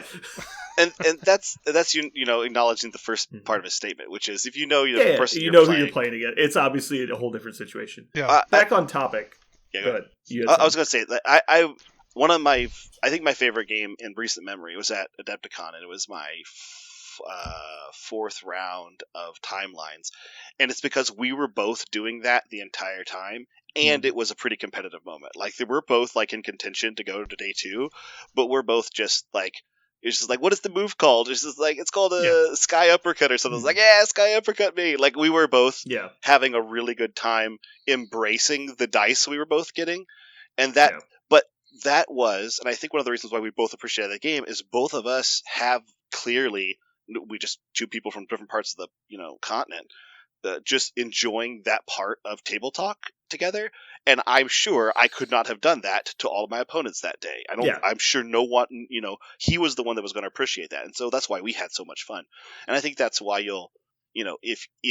as long as you maybe you tease it a little bit in there and just find out, is my opponent receptive to this, or are they not commenting back? Well, I'll just go ahead and stop because they don't want to interact with in this way. They're not excited to do this. And that's the way I've kind of in my head I've been dealing with this situation, because like you said, it comes up a fair amount. Because being on both sides of it, I've noticed over time that what affects me is when my opponent overreacts to the situation and underreacts to the situation. So if you're in a spot where it's like my opponent is just not acknowledging at all that I'm getting screwed, and like so sometimes it, like you were talking about, like the white knuckling gamers where they look down, they never pay attention to you, and they just kind of do their thing, and then you're just like, yeah, I blocked 0 for 3 rounds in a row. Like I don't know if you've noticed that, like. You kind of want them to give you an acknowledgement. It's like, yeah, I understand this is 100% your ability to play the game. But at the same time, you don't want Parker, who's like tee-heeing every time you roll dice. So like, there's a middle ground. I will send you a clip. Anyway, I think there's a strong middle ground. I think as long as you acknowledge that one person's probably just getting an unfair string of luck. But then other than that, just kind of like ignore the problem. Like the more you draw attention to it, it's just going to make the problem worse. Yeah. And so I generally don't really try to comment on dice anymore. I'm really trying to stop, and I'll recognize that I'm in a bad string, but then try and ignore the problem outside of that. Mm-hmm. Nigel, is there anything specific you found that kind of works, or it's just something you've thought about lately? It's something I've thought about lately, just because again after that game, also with TTS, like at a tournament, like so if I go on to KC, even though I'm playing against new people, I've kind of played against everybody there before, and so it's not nearly as daunting or difficult. Like there's almost like even if I haven't played them, I've been in the same room with them, I've heard their stories at lunch or whatever. There's like a camaraderie thing. So it's like, when you do get to play, you're like, oh, finally we get to like meet on the, and then, the games, there's like a little bit of a disarmament that's happening before. Whereas like I'm in TTS leagues, and it's always like, TTS leagues, this is like the first thing that happens is everybody underplays how powerful their list is. Then it's a bad matchup. They just are, like they'll basically do all these like pre-things to try to disarm you right away. I mean, I would say in my I've only played 6 TTS games, 2 lunch meet games. Well, no, sorry, 1 lunch meet game I canceled before we even played. But whatever, I've played 6 TTS games. At least 3 of them involved I'm way off meta, but I'm playing Ultron 2 or Hulk or Beta Ray Bill or whatever. It's like, okay, cool, I'm getting the Voodoo Black Cat. It's like, you really went off meta here. But it's the Magic Commander thing. My deck's a 7, it's a 6 or 7, and then I'm just like, okay, cool. But I'm always playing Sentinels or something, I'm always going in there. Absolutely. So I'm doing it to myself. But it also is grating when they're working the social angles before the game even starts. Yeah, I remember Aaron was playing in a TTS league. It wasn't the big league, it was a small league, run privately. And he gets invited, and he's like, so what's the competitive level of this group? Because I don't know, I don't know what I should be bringing. They go, oh, we play super casual, we don't play meta stuff. He goes, oh, okay. So, I should just throw something silly together? And he's like, yeah. So he throws together, an unaffiliated pile that does not include Thanos. Just, some silly mess-around list. Guy shows up with CGR Guardians. And he's just like, are you fucking kidding me? He's like, so he has to suffer through this, CGR Guardians game. He's like... I'm never listening to anyone ever again about how bad their list is. Yep. There's usually a kernel of truth. When there's someone saying that, there's always a kernel of truth to it. They'll be playing Beta Ray Bill and Hulk, but it'll be in Defenders, or something. Yeah. Something weird. Well, usually there's a kernel of truth. I remember somebody else who was telling me this. Oh, maybe it was you. I think it was you telling me this. He's like, hey, what are you playing? He's like, oh, I've got Winter Guard. And look up, and he's Immortal Hulk with all this stuff, and it's wait, you're playing Midnight Suns and Winter Guard. Yeah, it's oh, I guess it's plays Midnight Suns. You're you fucking liar! Just tell me what you're playing. Yeah, you're not even gonna get your models out. You're just oh, I'm playing Winter Guard. It shows up with Avengers. You're what the fuck? Yep. But TTS games are a little tough because there's no internet social interaction is always weird. But man, it seems like TTS is. I mean, I don't think people are rude necessarily, but it just seems really odd about how I've heard this a lot about people not being, I guess, forthcoming with what they're playing. I don't know. It's just odd. I think it has to do with the different communities and where TTS players tend to come from, other game systems. Because you're talking about in Magic, everyone says 7 when they ask you what the power level of your deck is, because they have a 1 to 10 rating. Everyone says 7, and one guy's got dual lands, the other guy's playing a starter deck. You're why'd you both say 7? What are you doing? Yeah. So it's just weird. In TTS, you don't really suffer the full disclosure. They could say I'm off meta, but you know, you do get to actually see their 10 cards on the table. Mm-hmm. So there is no versus in person. Yeah. But I mean, you're both locked in at that point. Yeah, but a guy will just have a tackle box. You might not. He'll be I'm playing this, and he is not taking his models out of his tackle box, so you have no idea what's coming. I mean, obviously, you can ask him to show you. No, that's true. When it comes to the TTS thing, if you're hey, we're just kind of playing, and you can change your list in TTS, so it's what are you doing? Are we playing meta stuff? And you're oh no, I'm playing off meta. And so you throw something together that you've been wanting to try, and then they're coming with Sam Bengers, and you're really? Oh well, I'm not playing Beta Ray Bill, I'm playing Rhino, and I'm thanks. Yeah. That's a big fucking difference. Yeah. But this is a self-defeating dumbassery of myself, is that I'm playing in 2 TTS leagues, and the whole point was to play Sentinels in them. Aaron is I don't know. Aaron's kind of approving something about Sentinels in a competitive environment. I don't know what he's doing, but Aaron's trying to prove that you can play whatever you want and still win. I don't even know because I think he knows that's subjectively not true. But not at the highest levels for sure. Yeah, but I'm more just like I want reps with them against a greater meta, so that because it's Sentinels are great. Like I said, I went 20-0 with Sentinels right off the bat, off the Oh my rip. god. But that's in a bizarre meta situation. I think I played against like Jeremy Constance at Adepticon. I beat his Black Yeah. Order randomly. I beat Richie Cameron's Guardians, at Adepticon or at Warfare Weekend or whatever. Like I just had this like bizarre stretch of Sentinel games where it all worked, but I was always playing against like mid-range kind of casual attrition, and they're actually good into that, but Yeah. you don't get to see. And No. everybody's like they're trash, they're trash, they're trash. That's my biggest gripe with the meta as a whole is like it suffocates the middle of the game. And Sentinels are actually fine. They function within the game. They just don't function against like the best thing. The two ends, yeah. It's like they suffer against super tall attrition and super wide scenario. Like they can't beat those. Yeah. But guess what? That's half the game can't beat those two things, which is why the meta has been so stagnant for a year. Mm-hmm. But if you are going to do it, you have to go into those TTS leagues. Like I wanted, the whole point was to expose myself to the experience, and so you can't get salty. Can't then complain that you're playing against the experience. Yeah, it's like, oh boy, I'm getting slapped around by meta stuff. Like, of course, duh. Like what do you think was going to happen? So, but. Yeah, it's cyclical. You have to like train your brain of like, because I'm already an expert at. I've demystified the experience of loss. I generally don't care, and there's no stakes in any game I play. But just somehow like you're in a league and it matters. I'm trying to climb up a ladder.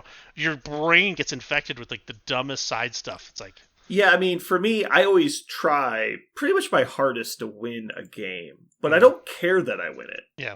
It's just like the mentality I approach the game with. Like I'm always like, yeah, the point of the game is to win the game, so I'm going to try and win the game. But like it doesn't matter at the end of the game which side of the line you put the tally mark on. Like I honestly do not give a shit. Yeah. It's mostly that like I'm either happy or upset based on how I played during the game. I'm usually not I'm like skill expression isn't exactly the great word, but that's where I want to live at is just a skill expression, but in MCP rules, like I want to have an immersion expression or like an interaction expression.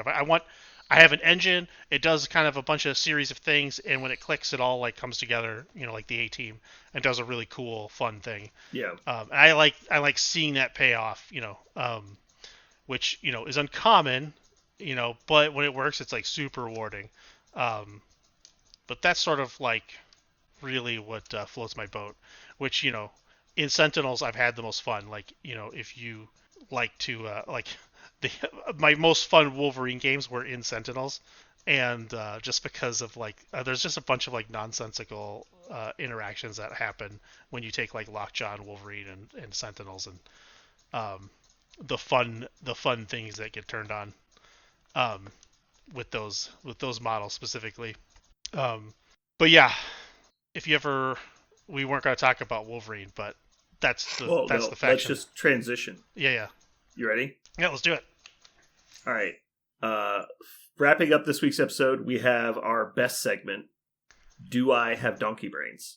Mm-hmm. And so this week, our guest star, Nigel, is going to submit his model that he thinks he does not have donkey brains for liking. Yep. And all right, so we agreed in the ramble that I do have donkey brains for playing Wolverine, but we didn't want to talk about him, so we're not going to do that. So I'm going to posit Jean Grey. I knew you were going to switch as soon as we talked about her. Wait, earlier. did you want me to talk? I thought you said we. No, it's fine. No, I just predicted that you were going to switch it. No, I didn't know that I thought I wasn't allowed to talk about Wolverine. You weren't. No, he's being a troll. He's trolling you. No, I'm actually just commenting that after the conversation we had today, I expected you to change it. Oh. You could talk about Wolverine. It's fine. I never said don't talk about Wolverine. I could swear you said we were not talking about Wolverine. I'm pretty sure you said I just said that we wouldn't have chosen Wolverine because it's subjective and we don't defend him. So you don't defend him. Isn't that the whole point then? Is like the... No, I think this is a better one anyway. So okay. Jean Grey is perfect. Okay. So Jean Grey is your submission. Now you're going to have a few seconds to... Actually, no. We're just going to tear you down now. That's how it's going to go. That's not how it goes. No, it does. And then he tries to defend himself after. Oh, I don't believe that's how it's ever That's how it goes. What? Okay. All right, fine. He can go first. That's fine. All right. Defend your opinion. Well, she's making the rounds recently because she's actually creeping into a lot of people's meta picks. I don't know if she even needs to be an affiliation. There's sort of two concepts for beating Thanos specifically: is the MODOK Ultron 2 combo, or just taking Jean Grey. And in any situation in which you can, like in Captain America 1 with Jean Grey, she can basically tell Thanos to fuck himself over and over again. Um, but you can also do it in a few other ways. So she's kind of creeping into this like weird meta pick against Thanos, but I actually think she's just good. In particularly with Xavier, Xavier cranks her way up. She has access to Xavier's Dream to kind of help keep her even. Mental Domination's a psychopath card, and Cerebro is like a psychopath card. So like, if you like playing some cards that are uniquely powerful in certain situations, that will give people a bit of a different experience, plus kind of backing her up with some survivability options, and then having a lot of power on the table. She's a pretty neat model. That's it? That's all you got? I think Xavier's Dream. I think pre Xavier's Dream, this is a totally different convo. But in X-Men with Xavier's Dream, or in a very specific meta thing. But yeah, what's the big teardown? Why is she bad? All right. Or no, might not have donkey. Wait, hold up. I might not have donkey brains. You guys might agree. No. So that's what we're doing now. So that was your attempt to defend yourself. Now we get our opportunity. It's like cross-examination. Okay. Now you have to listen to our opinions. Yeah, okay. All right, Parker, would you like to go first? You want me to go first? I'll go first. Okay. Nigel, you have donkey brains. Oh, what the hell? Strong. All right, that's it. That's all you gotta say. This is why. I fucking love Jean Grey. I love Cyclops. I have put the three lovers on the table on purpose to try to make them work. The unholy trinity. I have not put down her with Xavier, and I think she might have a possibility with Xavier. I think there's a possibility there. I think there's potential, but there's a big problem with her, and that is she is a appropriately costed 5 in an affiliation with Cable.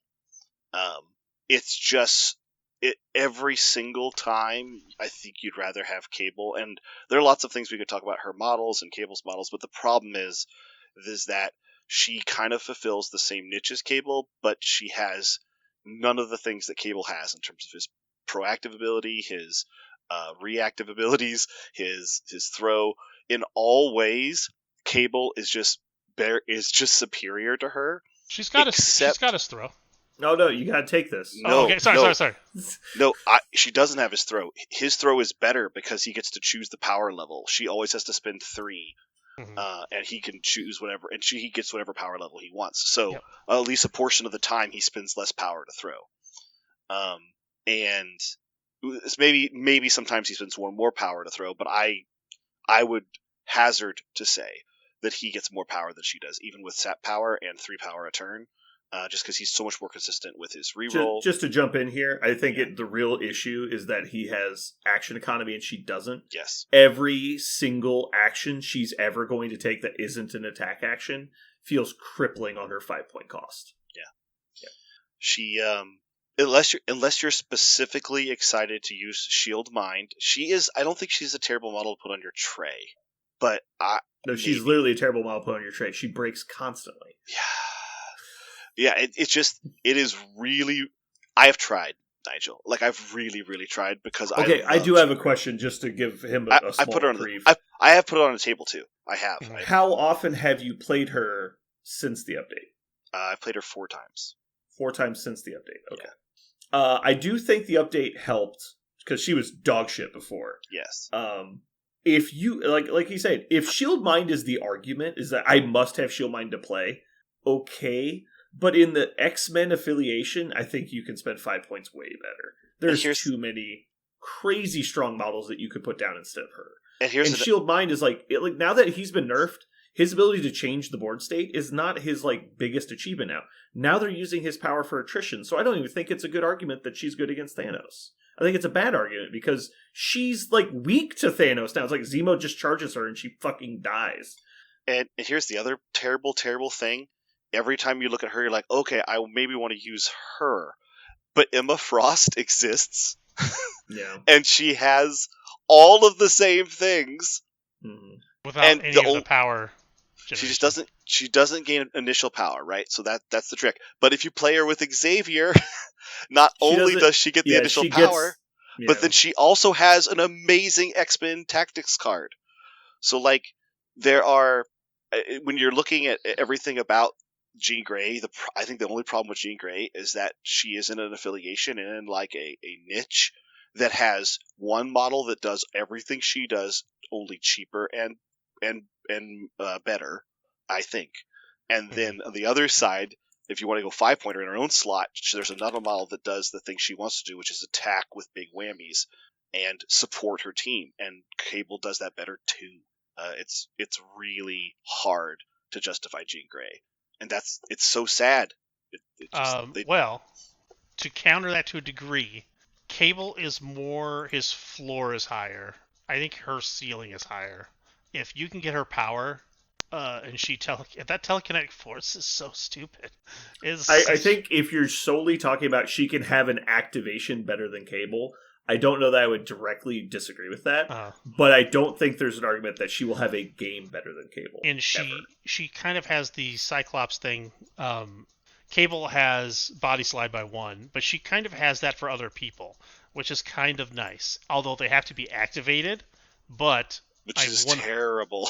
I have 100% used it to maneuver Xavier, either out of trouble or back into something. If he gets displaced, I've definitely used it to maneuver other people. It's not that bad. But I mean, we're talking about how she has such a premium on her power. Like her superpowers cost a total of 8, and that's if you use them all once. Mm-hmm. And like, I get that you're not going to generally use all of her powers every turn, but that's the level of power she wants to spend, and she can spend more than that if she wants. Yeah. And so we're like 8 or 10 power a turn. Her attacks are very mediocre, in my opinion. Oh no, like telekinetic force is a good attack. Psionic Bolt's but at costing 5. Psionic Bolt's underrated. Like, let's look at Psionic Bolt's good, but on a 5-pointer, it's not impressive. Yeah, but the Skulls and Wilds doing stuff, and then the Sap being just power gen is pretty slick. It's nice, but I mean, a lot of people have a Sap power range for attack. If I wanted that's not a premium 5-pointer. The big thing is it's got Pierce, but it's like she doesn't have dice mods. So it's still a 5-die attack. And that Pierce just she doesn't even hit as hard as like 6 models in her own faction. Yeah. And none of them are 5-pointers. Yeah, Emma Frost has potentially a better builder, like on a 4-pointer. I think she's better against Thanos because she's cheaper. She has a better builder against Thanos, and she's much easier to not worry. Like, let her just bank power. Like, you just put enough power on her for Shield Mine, and she just kind of hangs out. And like, she has abilities, she can do stuff. As where Jean, like, because she's 5 points, that's a real strain when you're talking about playing her with a 4-point leader. You're 9 points in. You have like not even really damage yet. Like, you still need another damage dealer, especially if you're talking about killing Thanos. I just don't see it. Also, Emma Headmistress is dumb. I've never seen it hit the table, and it's dumb. Yeah, it's been a while since I read it. I just remember it being stupid. When she first came out, I was seeing Stormless that took that in to meet my X-Men, so you had to deal with both of those things. Sometimes on turn 1, it was pretty infuriating. Yeah, it's if you're not holding an objective, you may advance medium any direction. Yeah. That's fucking crazy. Yeah. But because she's range 4 attacks, like, she can move and use it, and like, you could use Xavier first, and it's like, oh my god, like, she's got like 4 power, like, my whole team just moved. Yeah. It is so that is the only problem with Jean Grey is on her card she looks just fine, and then you play with her, you're like, oh man, if this was MODOK, it'd be better. If this is Cable, this would be better. If this is Emma, it would be better. Like, you have to be so fucking premium to justify a 5-pointer with no action economy. So fucking premium. Let's look at the ones that get played. It's MODOK. Arguably, MODOK doesn't even get played anymore. Red Skull 2 and Black Bolt. And Black Bolt has theoretically some because he places on his spender. Like, she doesn't compare with any of those models for damage output. She does have more support than a couple of them. But, like, not dramatically so. Like, if Shield Mine's all we're talking about, there's Shield Mine available in the game. We've talked about that. It's really the whole thing. Like, her offense, just the power she gets on is so quick and all. Like, so I've played her like 3 times in Xavier, like recently, like in the last in the last 3 weeks. And she just kind of jumped out because I was playing Scarlet Witch and I was playing Ulik. Both of those models were fine under Xavier. But then she just kind of jumped out and kind of started running away with the, like Ulik just kind of like, I would say Ulik was the best in Xavier, the most interesting model. But I found that I couldn't generally keep Ulik in his reroll ranges, which is kind of makes the whole point of him in there. Yeah. He's too fast. He's too fast. Giving him power, Once you let him off the leash, he just runs. Gassing him up, though, is very fun. Like, he is just an absolute beast. Maybe you just be more ballsy with Xavier. I mean, trust me, I am. I throw that apple card out there. He's like back there on their back D, like, I'm at you. I mean, I definitely play like intrusions, and Xavier will just be in the middle intrusion because he's an idiot.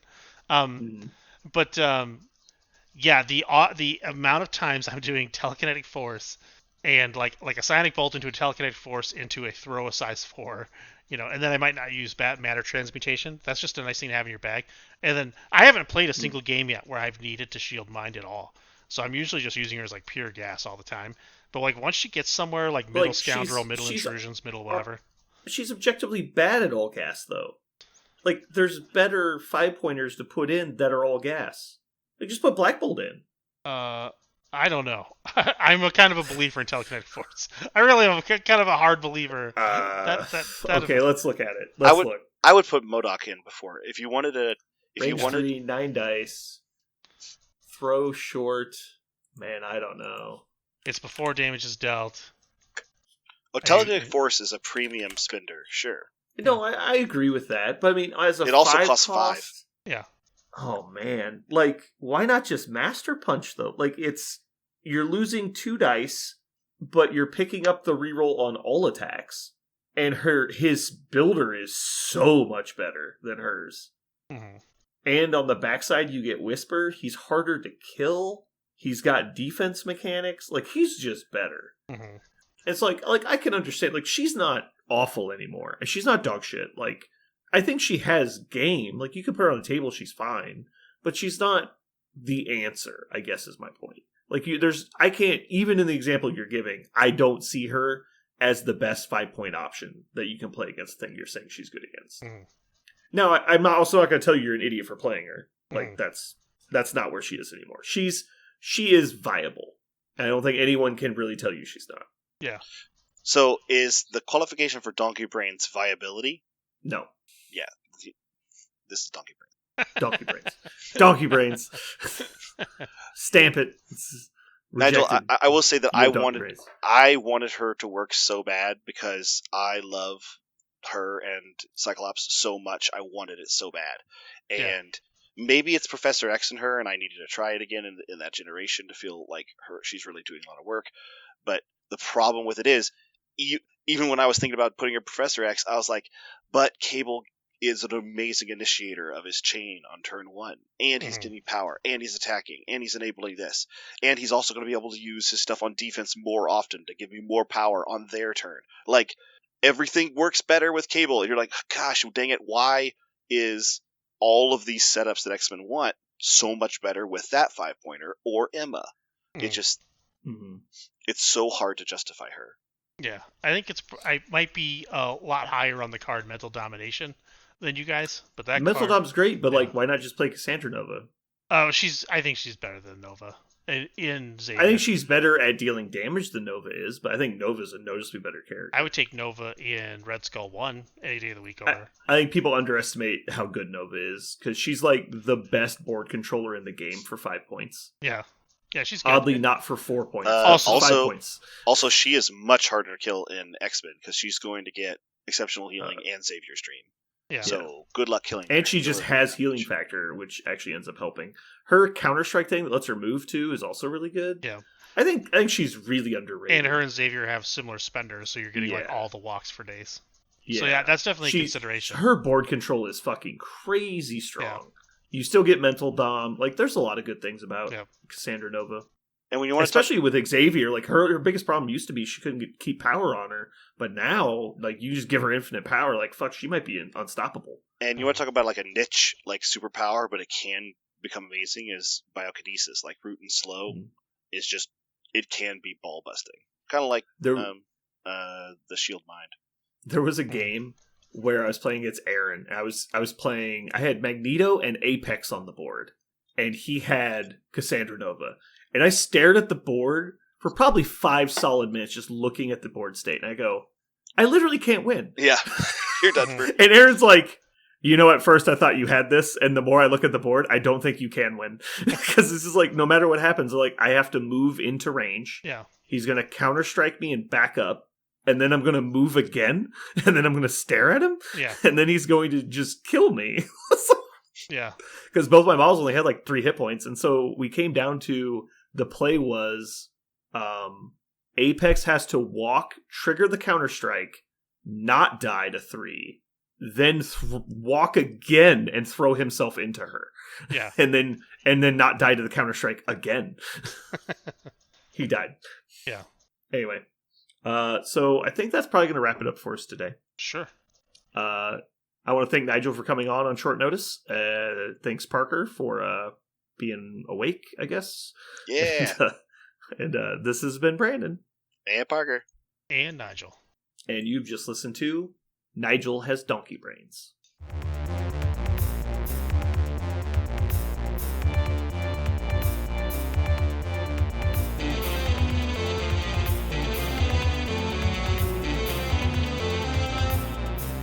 So what are we going to call this thing?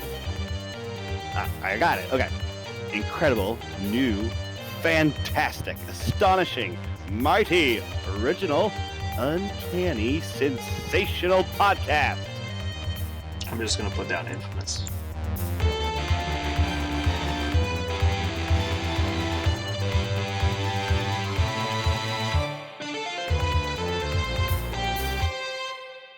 You did it, Nigel. Good job. I feel like... At least I hope you did it. I don't know if anyone ever watches me do it. But since there's webcam like directly on my face, I don't even think about it. I actually clap, avoid looking at your camera feed at all costs. And that's the thing, is because I don't want to be confused by the count. So I close my eyes the and video's on delay. And I lean back and really hold my hands out like to the heavens. Like Jesus is it. I don't know. I could just do this, right? I could just be like ready to clap, but instead I do this whole arms wide thing, and I come together.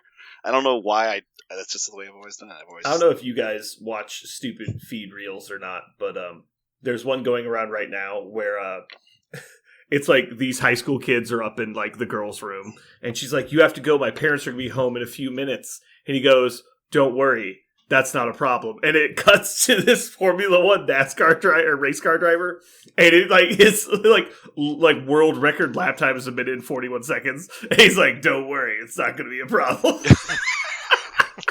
That one gets me fucking every time. That's pretty good. So yeah, that's basically what I'm hearing from you right now.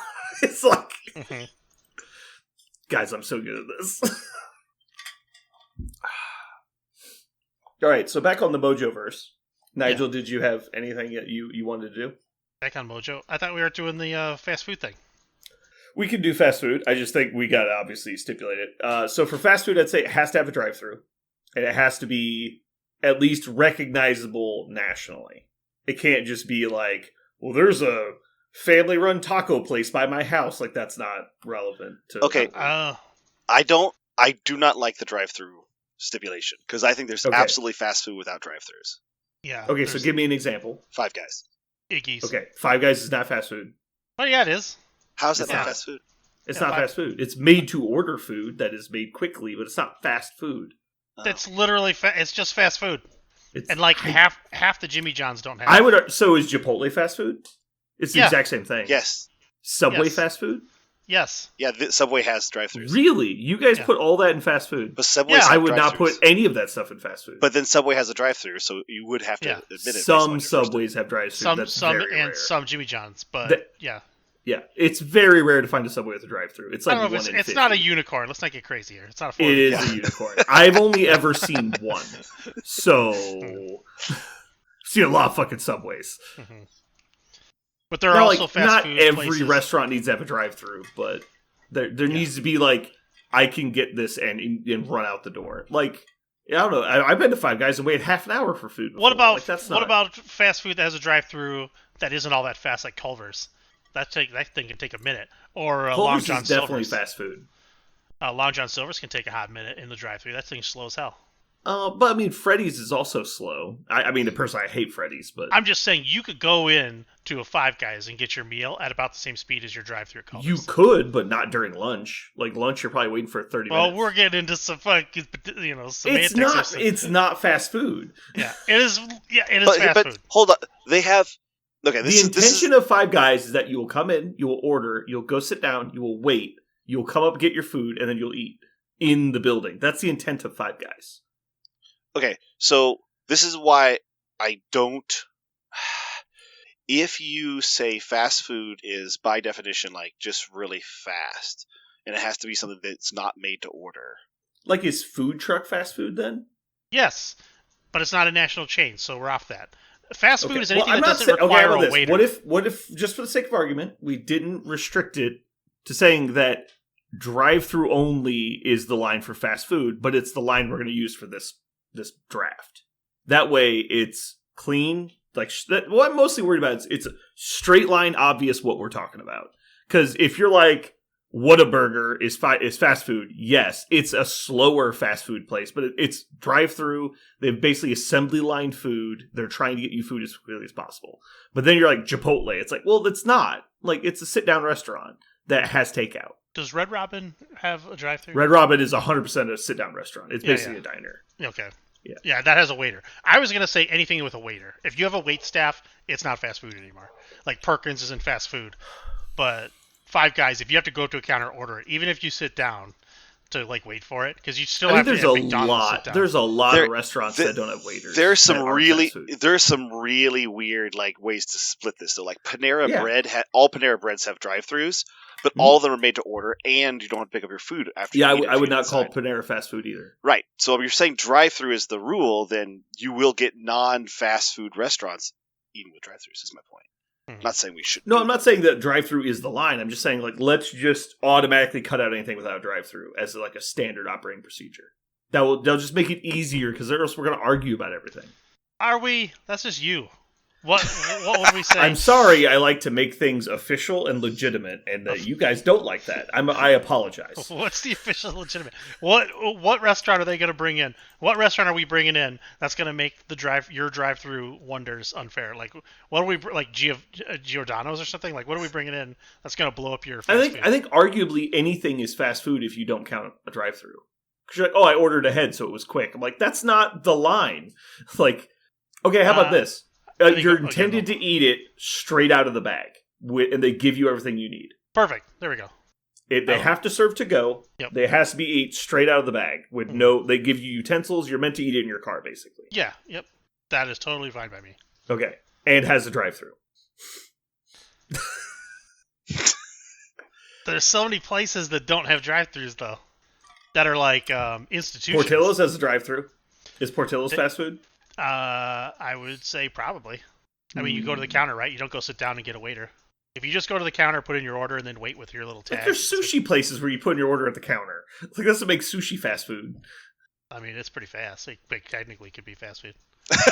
That's just because it's pre-made. Yeah. That's not the same thing. Now, here's the thing. I think... I can make lasagna fast if you want. I think we should just change... I said fast food out loud, and so we've gotten stuck on that. Let's just say drive-through restaurants. If we just say drive-thrus... Yeah, that's what I mean. Just make it clear and obvious, and we can move on. It doesn't matter what we're drafting, as long as it's, like, obvious. Because if we get into the subjective bullshit, Jeremy will say, like, fucking, like... I don't know, Quintiles is a fucking drive-thru restaurant. I don't even know what he'd say. Like, he'd say some dumb shit, like, Walmart's a fast food restaurant. It's like, they have a Taco Bell inside. I'm like, fuck you, Jeremy. Yeah. Okay. So, are you okay with that, Nigel, or is that... Yeah, that should be fine.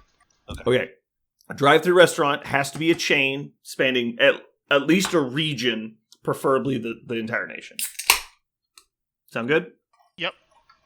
We're transitioning to ASMR. Are we? Gross. I hate everything about that. I'm pouring a Baja Blast into my London Mule. What could possibly go wrong? Oh, by the way, Parker, did you listen to last week's episode? I did. Man, you were off the fucking chain. I was very drunk. There was at one point that I can't remember. I wish everyone could have heard it. It was in the middle of the cast you guys were talking about. You mean MCP. the thing that I published to the entire world? You wish everyone could have heard that? No. There was a moment in there, and man, I wish I was mowing the lawn, like I often do while I'm listening to the podcast. I was mowing the lawn, and I literally stopped the mower and turned everything off and went, "What? Did I just hear that?" And I went back like 30 seconds and I listened to it again. I don't remember what it was, but when you are drunk, sometimes you will do this thing where it's like the opposite of a moment of clarity. You'll just have a complete and total brain fart where the words that come out of your mouth are just don't make any sense. And somebody will play it back to you and you go, "Did you just say?" You go, Oh yeah, I'm really drunk. Is that what I meant? Yeah, you really, I'm just really drunk. And you did it exactly that. And I was like, oh my God, he is really snookered. When you've had a drink, you don't do that. It's not about the amount of alcohol I have, it's how quickly I drink it. And I have a knack for that. When I know I want to get drunk, I just drink really fast. Anyway, yeah, I had the equivalent of like 6 shots in like 10 minutes, and that got caught up to me pretty quick. Yeah. Although I will say I had exclusively positive reviews so far of people that have talked to me. And so maybe I'll just get really drunk more often. I would really not like that. I'm fine with that not happening. You prefer me drunk? Is that what you said? No. We banned That's what I booze heard. on our cast. Really? Yep. Is that because Maxon would get too drunk? You can say it was Maxon. No, I've probably had some sloppier moments, where the speech starts to go a little bit. But then I didn't ban it because although I stopped drinking personally, but then we had a couple where I think Gar was on there. It was like, oh my God, I had to edit it down. Like, we had like a 40 minute Well, some cast people can stay on the rails when they're drunk, and like some people can't. Yeah, it's about kind of managing the speed at which you're going, and so you stay at a keel. I did. I felt bad. I edited one thing out last week that I said when I was super drunk. Good. Mm-hmm. One thing. I'm glad you checked yourself. I'm glad you checked yourself before you wrecked yourself. Mm-hmm. I mean, I definitely didn't say anything like out of line. It was just like I said something that was a little too touchy feely. Then like I let the emotions out. And it's like that's clearly not okay. We got to keep those down inside. No, Yeah, wash it down. You said something sweet. It's like the shower drain. You just got to keep pushing it down. Yeah. Oh my gosh, I watched the Seinfeld episode again the other day where Kramer decides that make food in the shower. Yeah, but I love the premise where he spends too much time in the shower at first, and he's trying to like find a way to manage. He's trying to cut it down. How do you guys get out of the shower in only an hour? And like only an hour, Kramer, it takes me like 5 minutes. They go, and so he's like doing all this market research about how people can take showers, and eventually he just reaches the conclusion that he needs just to do the opposite, and instead of living without the shower, just live in the shower all the time. Yeah, he has like garbage disposal installed in his shower and a phone. Oh my gosh, when he has the phone and he's talking to Putty with the instructions in his hands, like he's going to, while the water is running, install his own like that is awesome. Like the thought of him trying to figure out how he was going to run water while replacing his drain. Oh, it's just so perfect. I mean, you can do that. It's just messy. It's just terrible. But yeah, I've always been fond of long showers. I just I don't know, I just love being in the shower. I love it. I love the hot water. It's great. So yeah, I have to intentionally tell myself to get out of the shower. I remember the first year we went to Adepticon. It was me, my old roommate Ben, which I don't think you guys have ever met, and Ryan from St. Joe, which Parker's met. And we got in, and the Westin was the original hotel that we went to for Adepticon, and they have the patented double shower head. So they've got a rain shower on top, and then like a jet shower head in front of you. And they've got this little like notice thing, like this card they hang on the thing. It's like, by the way, if you're like water conscious and don't want to waste water, you can turn this lever to turn the other shower head off. And we literally laughed when we saw it. We're turning this shit on full blast. And all of us were like, all right, we had to have our own way to tell us to get out of the shower because it was like, it's like getting a massage. It was so nice. I was like, oh my God, this is so great. And so my roommate Ben was like, I just stared at my hands the whole time I was in the shower. It's like, if I saw them wrinkle at all, I had to get out. Like, that was the rule. Jesus. It's like, I was like, fuck that. I set a timer. But yeah, I've never made cabbage in my shower. Yeah, so. He made a radish floret. Yeah. And they're like, hell yeah, I've never seen you make this before. It's like, yeah, I made it in the shower. They just spit the food out and walk away. It's like, goddamn it, Kramer. Fucking weirdo. All right. I saw a really interesting bit because the internet found out I liked Seinfeld, and so it sends me all this shit. Yeah. The episode which is one of the most simple and amazing moments of the show, is when George convinces his girlfriend that he's a marine biologist in order to date her. And they're walking along the ocean. And they go, the whale is beach. The whale is beach. Does anybody know a marine biologist? And he just kind of slowly pans backwards towards the camera. Just like, oh no, I have to save a whale. And his girlfriend's like, do it, George. Do it for me. And he's like, God damn it. This is the worst lie I've ever told. So the story is, I didn't know this, but they only had like one day to shoot on the beach for that scene. And the night before, like in the middle of the night, Jerry had an epiphany that he needed he's like, why doesn't the thing that actually caused the beach whale to be the golf ball that we know Kramer is hitting into the ocean, right? Because that's what Kramer's doing at the same beach at the same time. He's like, we need to make that connection. So they, like, 2:00 in the morning, they woke the writing staff up and like rewrote the entire scene that they would then do with this very tiny window of time they had to shoot on the beach the next day. And I was like, oh, that is devotion to a good idea, right? Like, let's just redo this show hours before we're going to go on location and get a whole bunch of people to try to do this. It's pretty cool stuff. That's why that show had such awesome special things. Is they just they had Seinfeld and Larry Bird as writers. Like, they were never going to fail, right?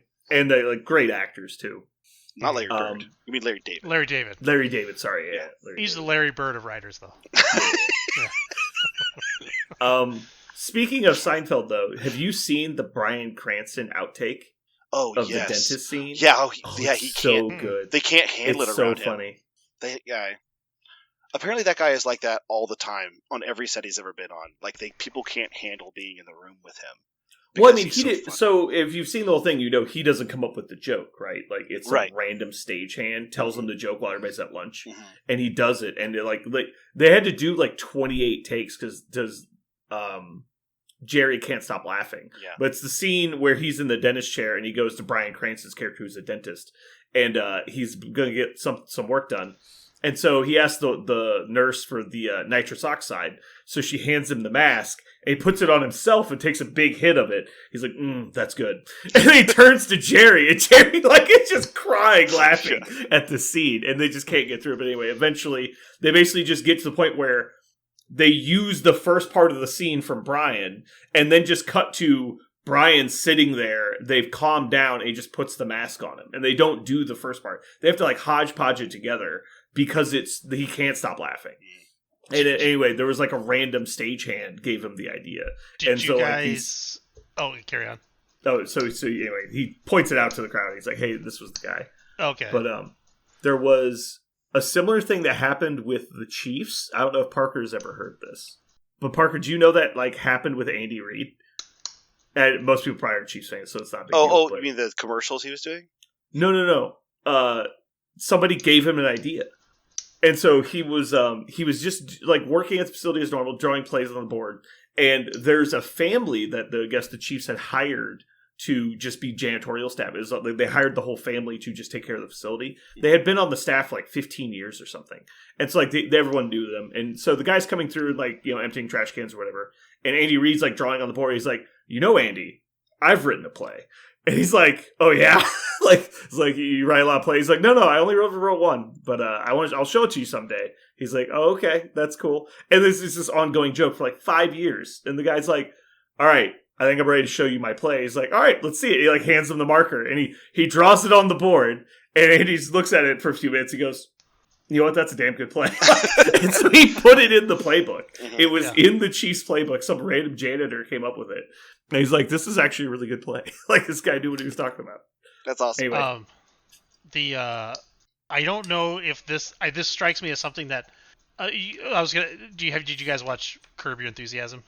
I have not. It's on my short list right now. Yeah, I have not either. Okay, there's a scene that's, because obviously Larry David wrote Seinfeld, and he had Seinfeld on for an episode, and in the Curb Your Enthusiasm, there's a character named Funkhauser, who's an absolute delight, like just so fucking funny. But Funkhauser is basically like an also ran, hangers-on, just an idiot friend of Larry David, and he meets Seinfeld. He's just this big because he's Dave. Funkhauser is the guy who played Super Dave Osborne, if you remember that show from HBO, where he played like a stuntman. But he's like a very tall guy, and he's just goofy. He's just got a weird voice. It's just Kramer. Yeah, well, yeah, I mean, I wouldn't doubt it. But this is literally the same setup. But they don't cut it out, though. You get to see it in real time, Seinfeld having to react to this. But basically, Seinfeld's on the set. I can't remember what the point is. Like Larry David's doing like a biographical movie or something, and Seinfeld's on the set to kind of consult with it because they've got like a Larry David actor and a Seinfeld actor and whatever. And so they're at the buffet and they're eating, and Funkhauser comes up and he's been pestering Larry David to introduce him to Seinfeld for like multiple episodes, and so then he just introduces himself without like Larry David is going out of his way to not make this meeting happen, and he just sort of inserts himself finally into this thing. He's like, and Seinfeld's graciously like, oh yeah, oh, and he's like shaking his hand like he's like, oh, I want to meet you. He's like, and he's basically like, I got a joke. You could, I got a joke, and Seinfeld's like, oh really? Okay, I'll hear it. And the Funkhauser joke is because Seinfeld's this is not scripted. This is all ad lib, other than the fact that Funkhauser got his joke from just some rando on the set.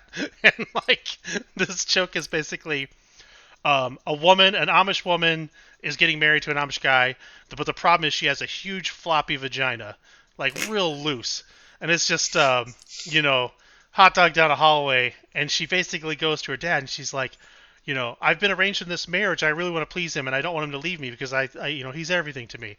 And she goes to her mother, and she's like, our big vaginas run the family. We can't help it, the flapping around. Here's what we do: go down to the butcher, get yourself a pound of liver, put a slit in it, and shove it up there, and then he'll never know the difference.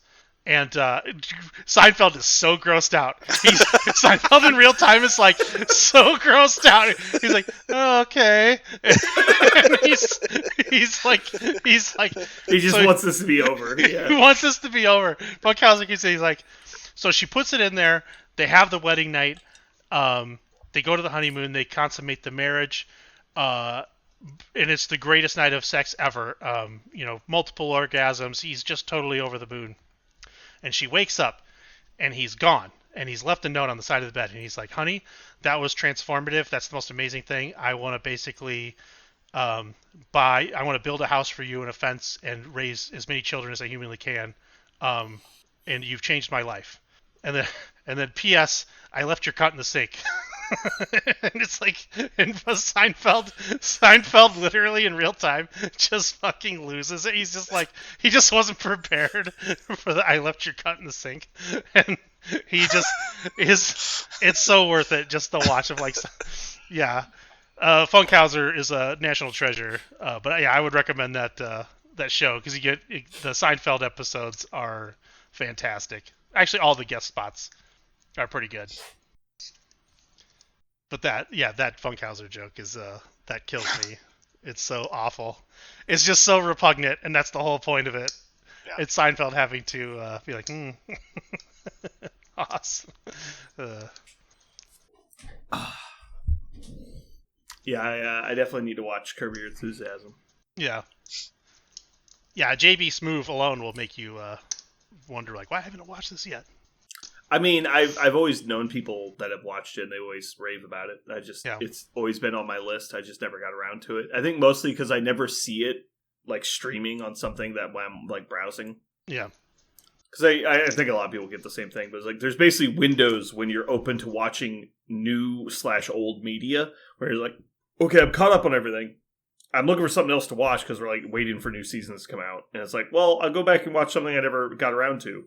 And so, like, that just doesn't happen so often. And when you do, it's kind of the first thing you find you start watching. Speaking of, I finished 6 Feet Under like 6 months ago, I want to say now. Whoa. Maybe not 6 months ago. I finally went back and watched 6 Feet Under. It was okay. It had some really good parts. It had a lot of, like, drama back and forth. Mm-hmm. I think the show was a little too full of itself, coming at it from like a current perspective, where we've had like better stuff come out, like Breaking Bad and things like that. They're kind of along the same like there's Is it characters that six are more six seasons? 5 or 6, yeah. Yeah. Um, Did you find that the first 2 seasons were strong and then it kind of got pretentious and lame, or did you find it to be just fine? Watching it as a binge, I don't recall. I mean, I thought the first like 3 or 4 episodes were really boring. Because obviously you don't know the characters yet. Like the decision making they're going through is like not relevant to you at the time. But as I started to become more familiar with it, the characters were interesting. I love Michael C. Howell from Dexter, and so like I was mostly just watching it for him. And he's basically the same fucking character. He just doesn't kill people. There were some parts I wasn't a huge fan of, but it was fine. It was a good show. I enjoyed it. I was happy I watched it.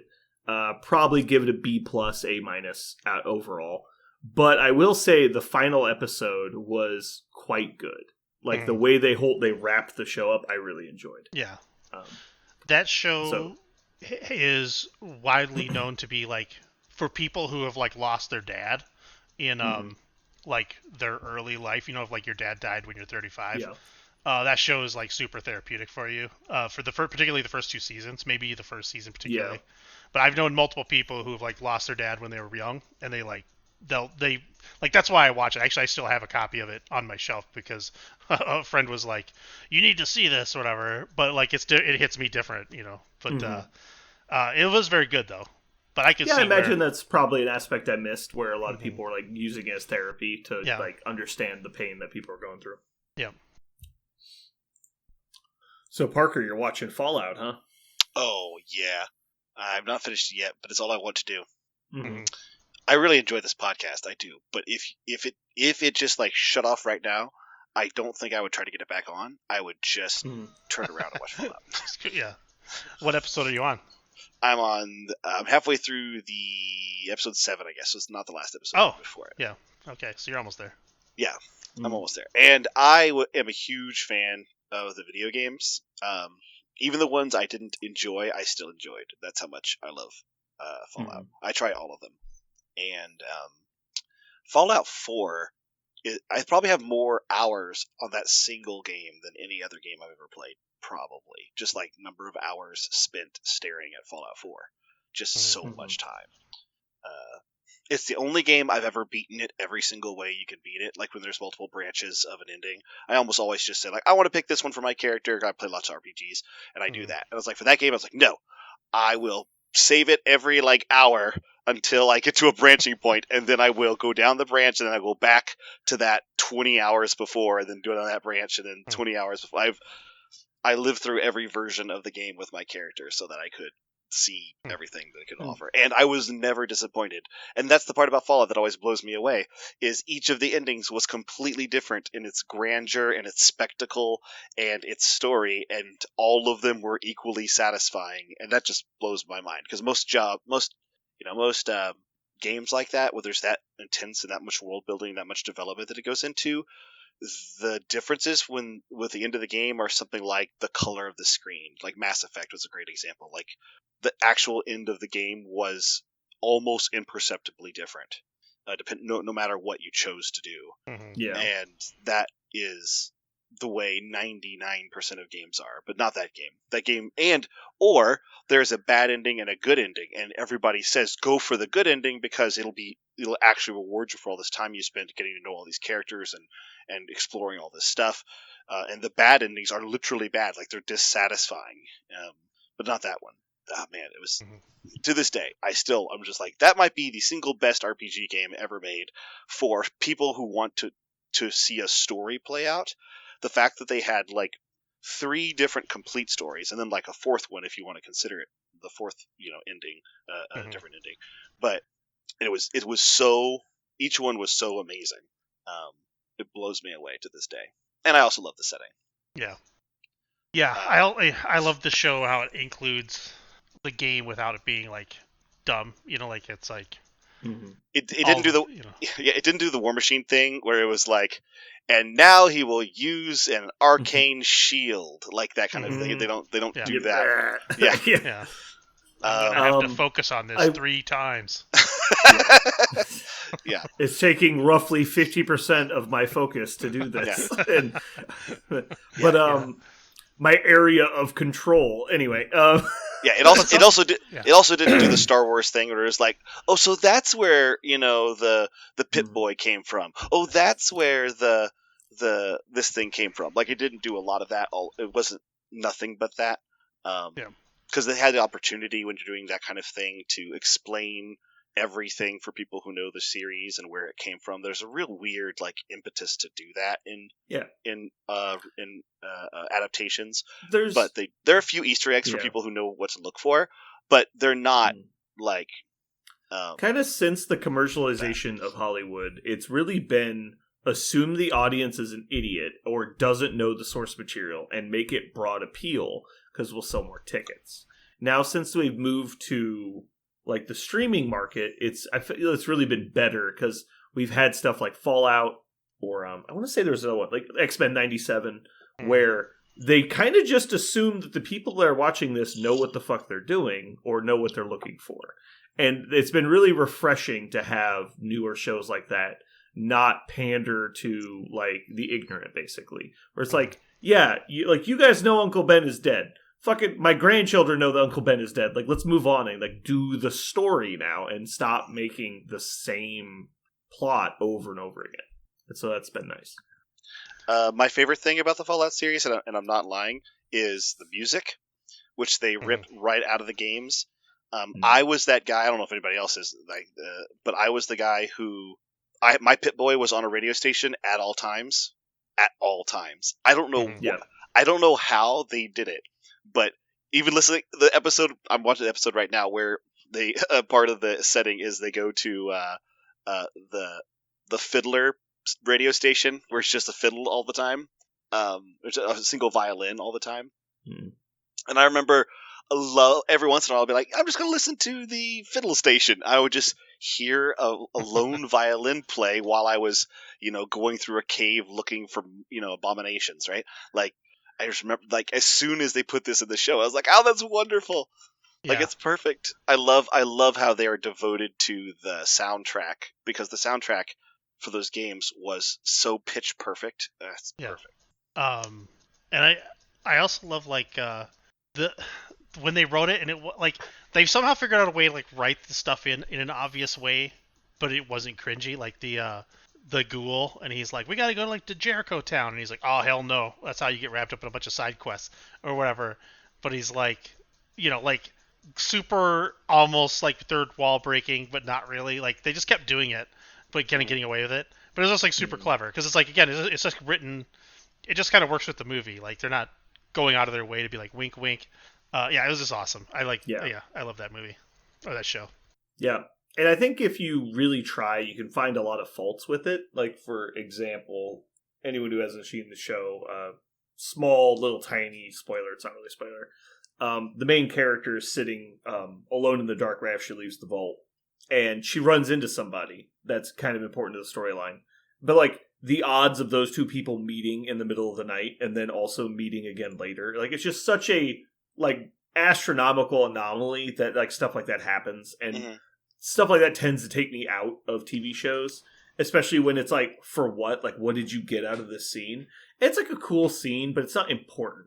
And so they tend to lean into the campiness of the show, like you're talking about.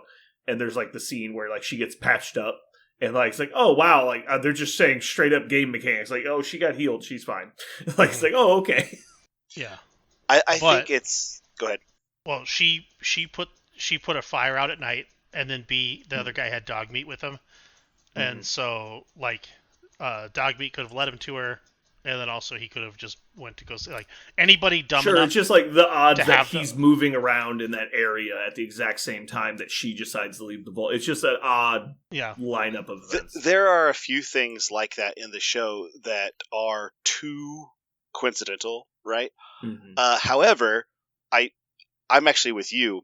I think or rather, I'm picking up what you're putting down, which is I recognize those moments, and instead of pulling me out of the show, they actually kind of made me feel like the video game, right? Because the video games do the it's same like a thing. quest line. It's like this is scripted almost. Yeah, Mhm. it's not. It's supposed to feel like happenstance, but obviously it's there because the game needs you to move on to the next step, right? Or else there's no way to know where to go. The world is too expansive, and so it's to a unsophisticated observer. You would look at it and go, "Oh, what a who is this mysterious figure?" To a sophisticated person, you look at it and go, "Well, this is hard Deus Ex Machina, right? Like super hard." But you have to be, and so you just have to kind of put that down for a second and go, we're watching a show that's really doing a very, very good job of recreating a video game and creating an original story from a video game. Or rather, could be a really good video game on its own if it were written for that instead. As long as you look at it like that, I think you can very quickly get past the some of the not really. There's no plot holes, but conveniences of the plot, I suppose. I kind of want to watch the whole show again now that I have seen it, because one of the things the show does a really good job of is there's like no seams in the world, and it's the way it's represented to the video game. There's so many details like all over it, and I feel like I picked up maybe on 5% of all the details. But for someone who's played the game so much, like the sound effects that the armor makes, I was like, oh my god, it brought me right back to using power armor. I was like, oh my gosh, the way it opens and closes, everything about like the way the power core works, and I'm just like, wow, that is exceptional attention to detail. This is really cool. Yeah, that was our beef. That was the only beef that I agreed with anybody on, was the ease at which a third person could just jump on them and take the power core out. Yeah, and then the guy's basically trapped in the suit. It's like a prison. Yeah. At least in that, I didn't like that scene either, but at least in that scene, the guy was like knowledgeable of power armor. The Brotherhood of Steel guy, but the other guy, you're like, how did that other guy know how to take it out? But when did that happen? Am I just forgetting? Yeah, when he finds it, and he's like, doesn't he fight him, and then like the three guys, like one of them jumps on his back, takes the power core out. Oh no, sorry, it was the power core ghoul. The ghoul did it. The ghoul didn't take the power core out. He ripped out like a targeting thing. Like it was something that helps, like an actuator or something. And they reveal later in the show, this is not a spoiler, that he knows this because he wore power armor in the war. He actually knows how it works. Yeah. Yeah, I love that. Finally, all of my ridiculous background Fallout knowledge came into use, because every time they made a reference, I was like, I've read that book, because I was the guy who went through every single computer terminal and read every single bit of lore on every vault. And I was the guy who was, whenever I picked up a book, I actually read all the books because I love the lore of that show so much. I don't know why I haven't watched this show until now. It hasn't been out that long, I guess, but I guess it's a testament to the fact that I just don't consume television that much, even stream television. I just don't. It's not what I reach for when I reach for things. Yeah. I just spent 3 hours today reading back issues of Fantastic Four, just because I was like, I haven't read everything that happened in Fantastic Four from 2009 to 2013, so I'll just do that today. So that's like what I reach for, is that. I don't reach for television. Spoiler alert, it's good. Fantastic Four. It's very good. Jonathan Hickman's Fantastic Four is super duper fun. But Jonathan Hickman is awesome. Yeah. I was making up 2009, 2014. I don't know if those are actually the dates, but I just know it's Hickman's. Hickman's like he had like 3 runs of Fantastic Four, and I'm reading the one where he comes up with the Future Foundation, because I haven't read any of that, and it's so cool. Oh man, I don't know. This one definitely shouldn't count. I'm looking up restaurants. This one definitely shouldn't count. Although it's listed here. Anyway. I'm going to use the restroom real quick and refresh my drink, and then I figure we'll get started. Oh, jeez. If you guys need a good run and grab anything. I'll be right back, too.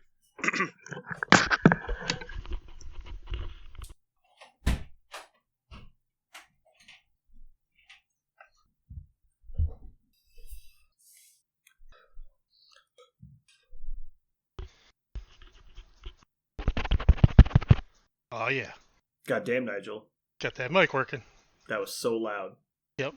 I can hear you pooping. Hmm. My dog really wants to be in the room while I record. Yeah. What are you doing? You nosy butt.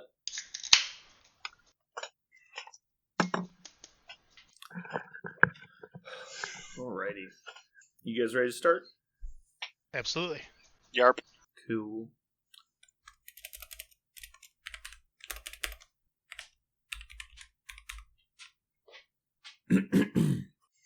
We did it. We did an episode. Yeah. Let's get some Mojo World. And Yeah. Mojo, yeah. Parker's tired. Yeah. He's all tuckered out. It was past his bedtime, which is roughly 1 minute before the podcast starts. Yeah. All right. I was about to argue, but He's like, hey, you know what? I've slept through too many podcasts to argue with that. Yeah. All right. This week in Mojo World, we're rating the best drive-through restaurants.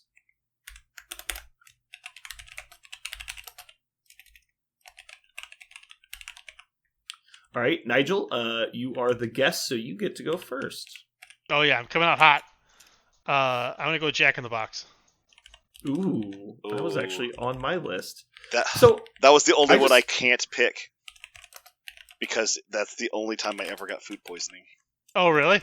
Yeah. I mean, that doesn't mean you can't pick it. Nope. I mean, I cannot. I cannot. Think I mean, of you Jack can in the choose Box. not to, obviously, but I'm just saying, like, that doesn't mean you can't. No, I I've definitely can't. got food poisoning at restaurants I still eat at. Uh, Sometimes it's just a random chance. Obviously, repeat business is an issue, but food poisoning multiple times. there was a moment. Honestly, every moment of my food poisoning adventure would have been fine, except for one I'll never forget in my entire life, when I was holding a trash can while sitting on the pot, and I was literally going out of both ends simultaneously, and I lifted up my head and I looked into a mirror, like there's a bathroom mirror right there, and I went, it's like never I could again. never go back to Jack in the Box. Just like that was the only thing I was thinking. I was like, and that was it. Well, the other thing that people don't think about is, like, you know, it could have been anything, honestly. Like just because you got food poisoning, people will also just assume it's like the last place they ate at, which isn't always the case either. Like, it could have been something you had for breakfast that just had like a delayed reaction. Obviously, it's probably Jack in the Box. Yeah. I think it's always pretty much the last thing you ate. Well, I mean, also depends on how often you eat. Well, no, it's just like if you. Yeah, I mean, Parker can confirm this or whatever. I've had food poisoning twice, and both times occurred within like an hour, less than an hour of eating. Like it just, really? It gets. I had food poisoning one time. It was like a 6-hour delay. Oh, okay. And it's just random chance I hadn't eaten anything else. Oh, for me, I don't know. Because it had to get into my intestines really before it fucked with me. Okay, so this is the confirmation I'll give you is what I learned is that it takes like anywhere between 30 minutes, so it can be really fast, and up to 3 weeks. Like it could be really, really bizarrely late. However, the 3 weeks ones are for very strange circumstances where like you get foods interacting or you have gut bacteria that are fluctuating in an inappropriate way. Like you can do all kind of weird things. Yeah. But most times, like your standard like E. coli style or just on its meat, that's usually 1 to 3 ish, somewhere between that is most. But there are some bacteria that can do literally like half an hour and you're sick. And also like certain undercooked food and stuff will obviously react to you pretty quickly. But anyway, both times I've sorry you gotten had that experience. The one thing the real selling point for me on Jack in the Box is that they are generally open 24 hours, which is a big deal for somebody who works nights. Yeah. And they have a large breadth of menu. Like, actually, when you think about, like, McDonald's, which is, like, famous for being, like, the standard, they only have, like, 12 fucking items on their menu. And sometimes their food sucks. And so, like, you're like, I don't want to eat their shitty burgers. And so it's like, well, what can I eat? And you look at the menu, you're like, I can have a McChicken or chicken nuggets, basically, if I don't want their dumbass gross burgers. I'm like, oh, fuck. There's really just nothing on the menu. And so Jack in the Box has like 50 items on their menu. And so even if you're like not in the mood for a burger, you can get whatever you want. Anyway, good call. Yeah. I'm going with the gold standard here. I'm going to hit Taco Bell. Hold on. Does this count as me getting first place? Cool. I like this. I'm going first. We're going alphabetical, obviously. You go ahead. I like to think that. No, you're gonna get 2 picks now. Yeah. Yeah. So I'm going with Taco Bell, obvious. Yeah, Taco Bell's one of the goats. fucking obvious. Yeah, like only restaurant. Let's go. Mm-hmm. All right, Parker, you're up. I'm a huge fan of Midwest Special. I'm gonna go with Sonic. I love That was Sonic. next on my list. I I would eat Sonic way more if their food was 20% cheaper. And I'm going to go with an out-of-the-box pick because I love this place. I've only really recently kind of discovered it, and I love Smoothie King. I love me some Smoothie King. Are they known as a drive-thru? I've never seen one with a drive-thru. Most locations have a drive-thru. Not every location. Okay. Like, it depends on how big they are. Say the one by my work doesn't, so... Yes, that location does not, but most of them do. Okay, so that's an oddity. All right.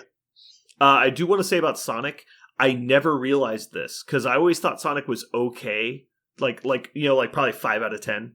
And I moved to St. Joe, and their Sonic, oh my god, it was so much better. It was like 2 different restaurants. Really? Like, I'm sure you guys have been to those ones where, like, Hardee's is the other one. There's good Hardee's and there's bad Hardee's. Like, you cannot go to the bad ones. It's just gross. It's super greasy and it's awful. But then you get one and you're like, oh my god, this is delicious. Yeah, I went. Normally, like, we would go to the Sonic by my old house in Olathe. We would have to wait 30 minutes for like 2 shakes and a side. Like nothing really. Like, this should be 3 minutes. So like 2 shakes and a side. The shakes are like half melted, not even mixed, because they would just be lazy and not mix the ingredients. And so there's the big middle bit was like the strawberry, and then like the outside was just vanilla ice cream. Fucking awful. Their burgers are terrible. Their fries are like gross. And it's just like it's just something you deal with, because it's like I had lived there for 10 years. Every Sonic by my house was terrible. We moved to St. Joe. Food is instantly out, super fast, hot, fresh, crispy. Shakes are perfect. I was like, oh my god, I didn't know this whole time I was eating a shitty Sonic. Like, this is. I went there like 8 times in a row. I went to go get food. I was like, I'm going to Sonic. Like, it's delicious. And so it's just like a whole new experience. Yeah. Anyway. I guess people just forget, like, because McDonald's, like, they pride themselves, like, you go to McDonald's, you're getting the same meal wherever you are. All right, let's see. Second pick here. I just have to go with it. Dairy Queen. Really? So their food is okay. Their food's solid, but really you have to go to the Grill and Chill ones to get like burgers and stuff. But I have to say, nothing replaces a Blizzard. There is nothing. If you want a Blizzard, there's nothing that's going to cut it. Their ice cream is perfect. Like, it's so good. I give them a solid A for ice cream, but their food is just the rest of their menu is just hot garbage. Man, I struggle. Really, because the Grill and Chill on 119th is actually really good. I used to eat there for lunch at work. It was good. Man, oh man. Yeah, you got donkey brains for food. Yeah. No, but like just hands down, the Blizzard is what I'm picking. Really, like everything else is whatever. Like, sure. I put fucking like, dude, if Dairy Queen was open till 4 a.m., I would eat Dairy Queen every day. Okay. The only problem is they close at like fucking 8 o'clock, so like I never get to go. All right, Nigel, you got the last 2 picks. I'm gonna go with Popeyes. Popeyes. Yep. I've eaten some Popeyes in my day. Oh my god, yeah, Popeyes is amazing. Get the mashed potatoes, and you like get the their mashed potatoes are legit. Yeah, chicken tendies, spicy, and then you dip them in the mashed potatoes. Yep. It's just insane. Mm-hmm. And then I'm going with Long John Silver's. Ooh, that's right. Oh man, we got in there. Yep. LJS was the first casualty of my my GI when it started to fail, and I was like, I can't go to Long John Silver's anymore. Every other food that I lost whenever it started to go was fine. I was totally fine. But every time I pass a Long John Silver's, every time I'm like, man, this is a weird phenomenon. There is no one on the middle of the fence on this. Yeah. People either vehemently hate Long John Silver's or they love it. And I don't get it. I really just don't get it. I'm going to go into the one other reason I love them is that they're now basically all comboed with A&Ws. Yes. Well, yeah, it's Yum Corp, yeah. Yeah. So you get the root beer float with your... Oh, it's so good. Yeah. No, like, I'm not going to push back. Like, I'm one of the people, like, I just don't like fish. If I liked fish, I bet I would like Long John Silver's. Yeah. And occasionally it's good. I should probably try it again. I haven't had it since I was younger. But, dude, there's people... Like, I remember the one on her 19th, I knew a guy who managed it. And during Lent, they would have a line around the building from open to close. Yeah. For like a month. It was insane. You couldn't get in there. it was crazy just because like people give up beef for Lent all the time. And so it was just nuts. But yeah, so it's just a phenomenon. Like I used to hear people say, it was like, oh, well, we're not going to go to dinner after the tournament because we're going to go to Long John Silver's on the way out of town. I'm like, what the fuck are you talking about? Like, oh yeah, we don't have one where I live. I'm like, who cares? It's gross. It's like, yeah, we also don't have Waffle House. Get the fuck out of here. Which is another one. People either love or hate Waffle House. All right. Popeyes, legit. Waffle House or Long John Silver's cult choice. I got you there. Let's see. What is next? I probably would have said something different 6 months ago, but I think I'm a convert. I'm going to go with Whataburger. And kind of the same argument here. They're 24 hours, which is clutch for me. But like a lot of fast food places nowadays have really upped their prices. Like even going to McDonald's, you're looking at like $12 for a combo half the time. And so, like, especially go to Wendy's, get like a bacon here. It's like $16. It's fucking crazy. Yeah. Then you go to Whataburger, it's like $12, and the food's way better, and it's like actually probably better for you, even though it's a Whataburger. It's like it's just weird that like they have somehow kept their prices consistent when everybody else has jumped up dramatically.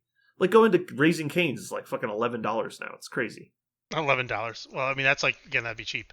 Oh yeah, but that's for their small combo. Like you get the full combo, it's like $15. It's like, dude, it's like 6 chicken fingers. What are we doing? Yeah, that's also why Taco Bell's goated the cravings box.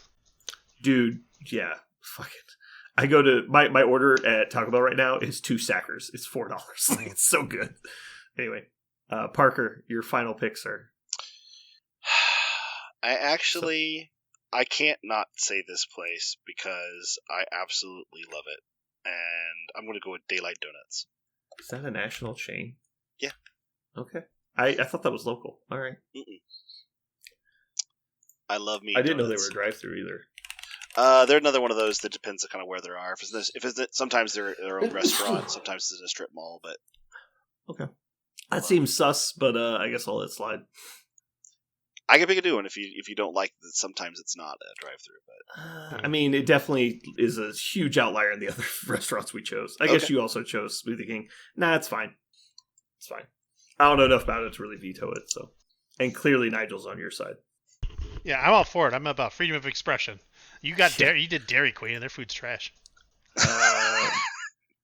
Okay, Mr. Long John Silver's. I guess we'll find out when the vote happens. Yeah. I honestly, one of the problems 0 votes for Nigel.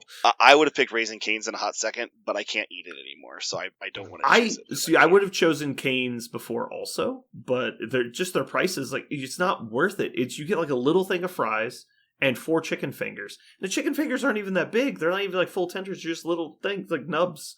It's like large chicken nuggets. You get 4 of them. It's like $10.50. That raisin, I feel like that Cane's sauce must be made entirely of Drano because I can't have even. Really? I love the sauce. It's I love it too. The problem is it touches my tongue, and that's it.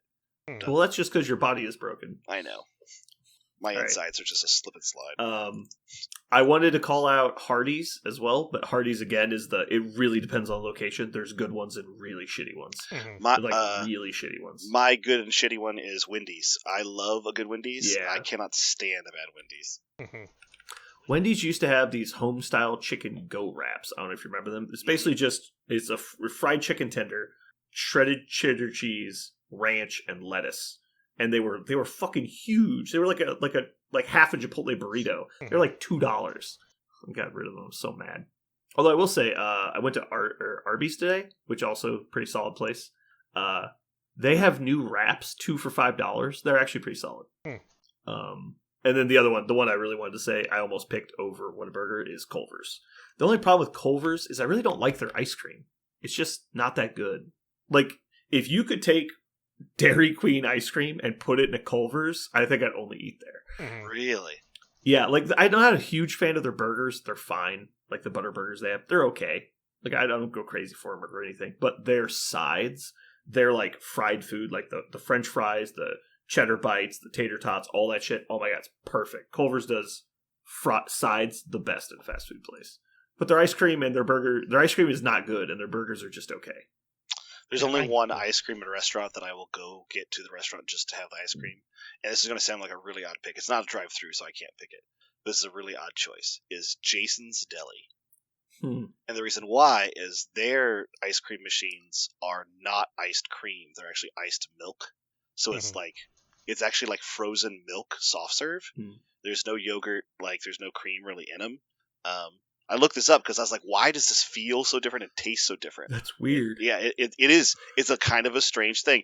I even barely call it ice cream. Like if you're like, you want to go get ice cream, I wouldn't go tell you to go to Jason's Deli. I was like, you want to have this weird frozen dessert that you put in a cone and it comes in like ice cream flavors? Yeah, go to Jason's Deli. You'll love it. You also get it for free as long as you eat there. It's just you can have as much as you want. Really? Yeah, it's as much as you want as long as you eat a meal there. Jason's Deli. Mm-hmm.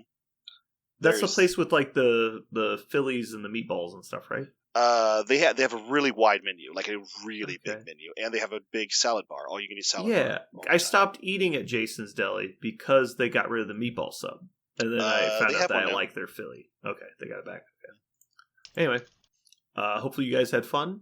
I think we got to get out of here because Parker's going to get food poisoning from breathing. Yeah, I feel like I need to.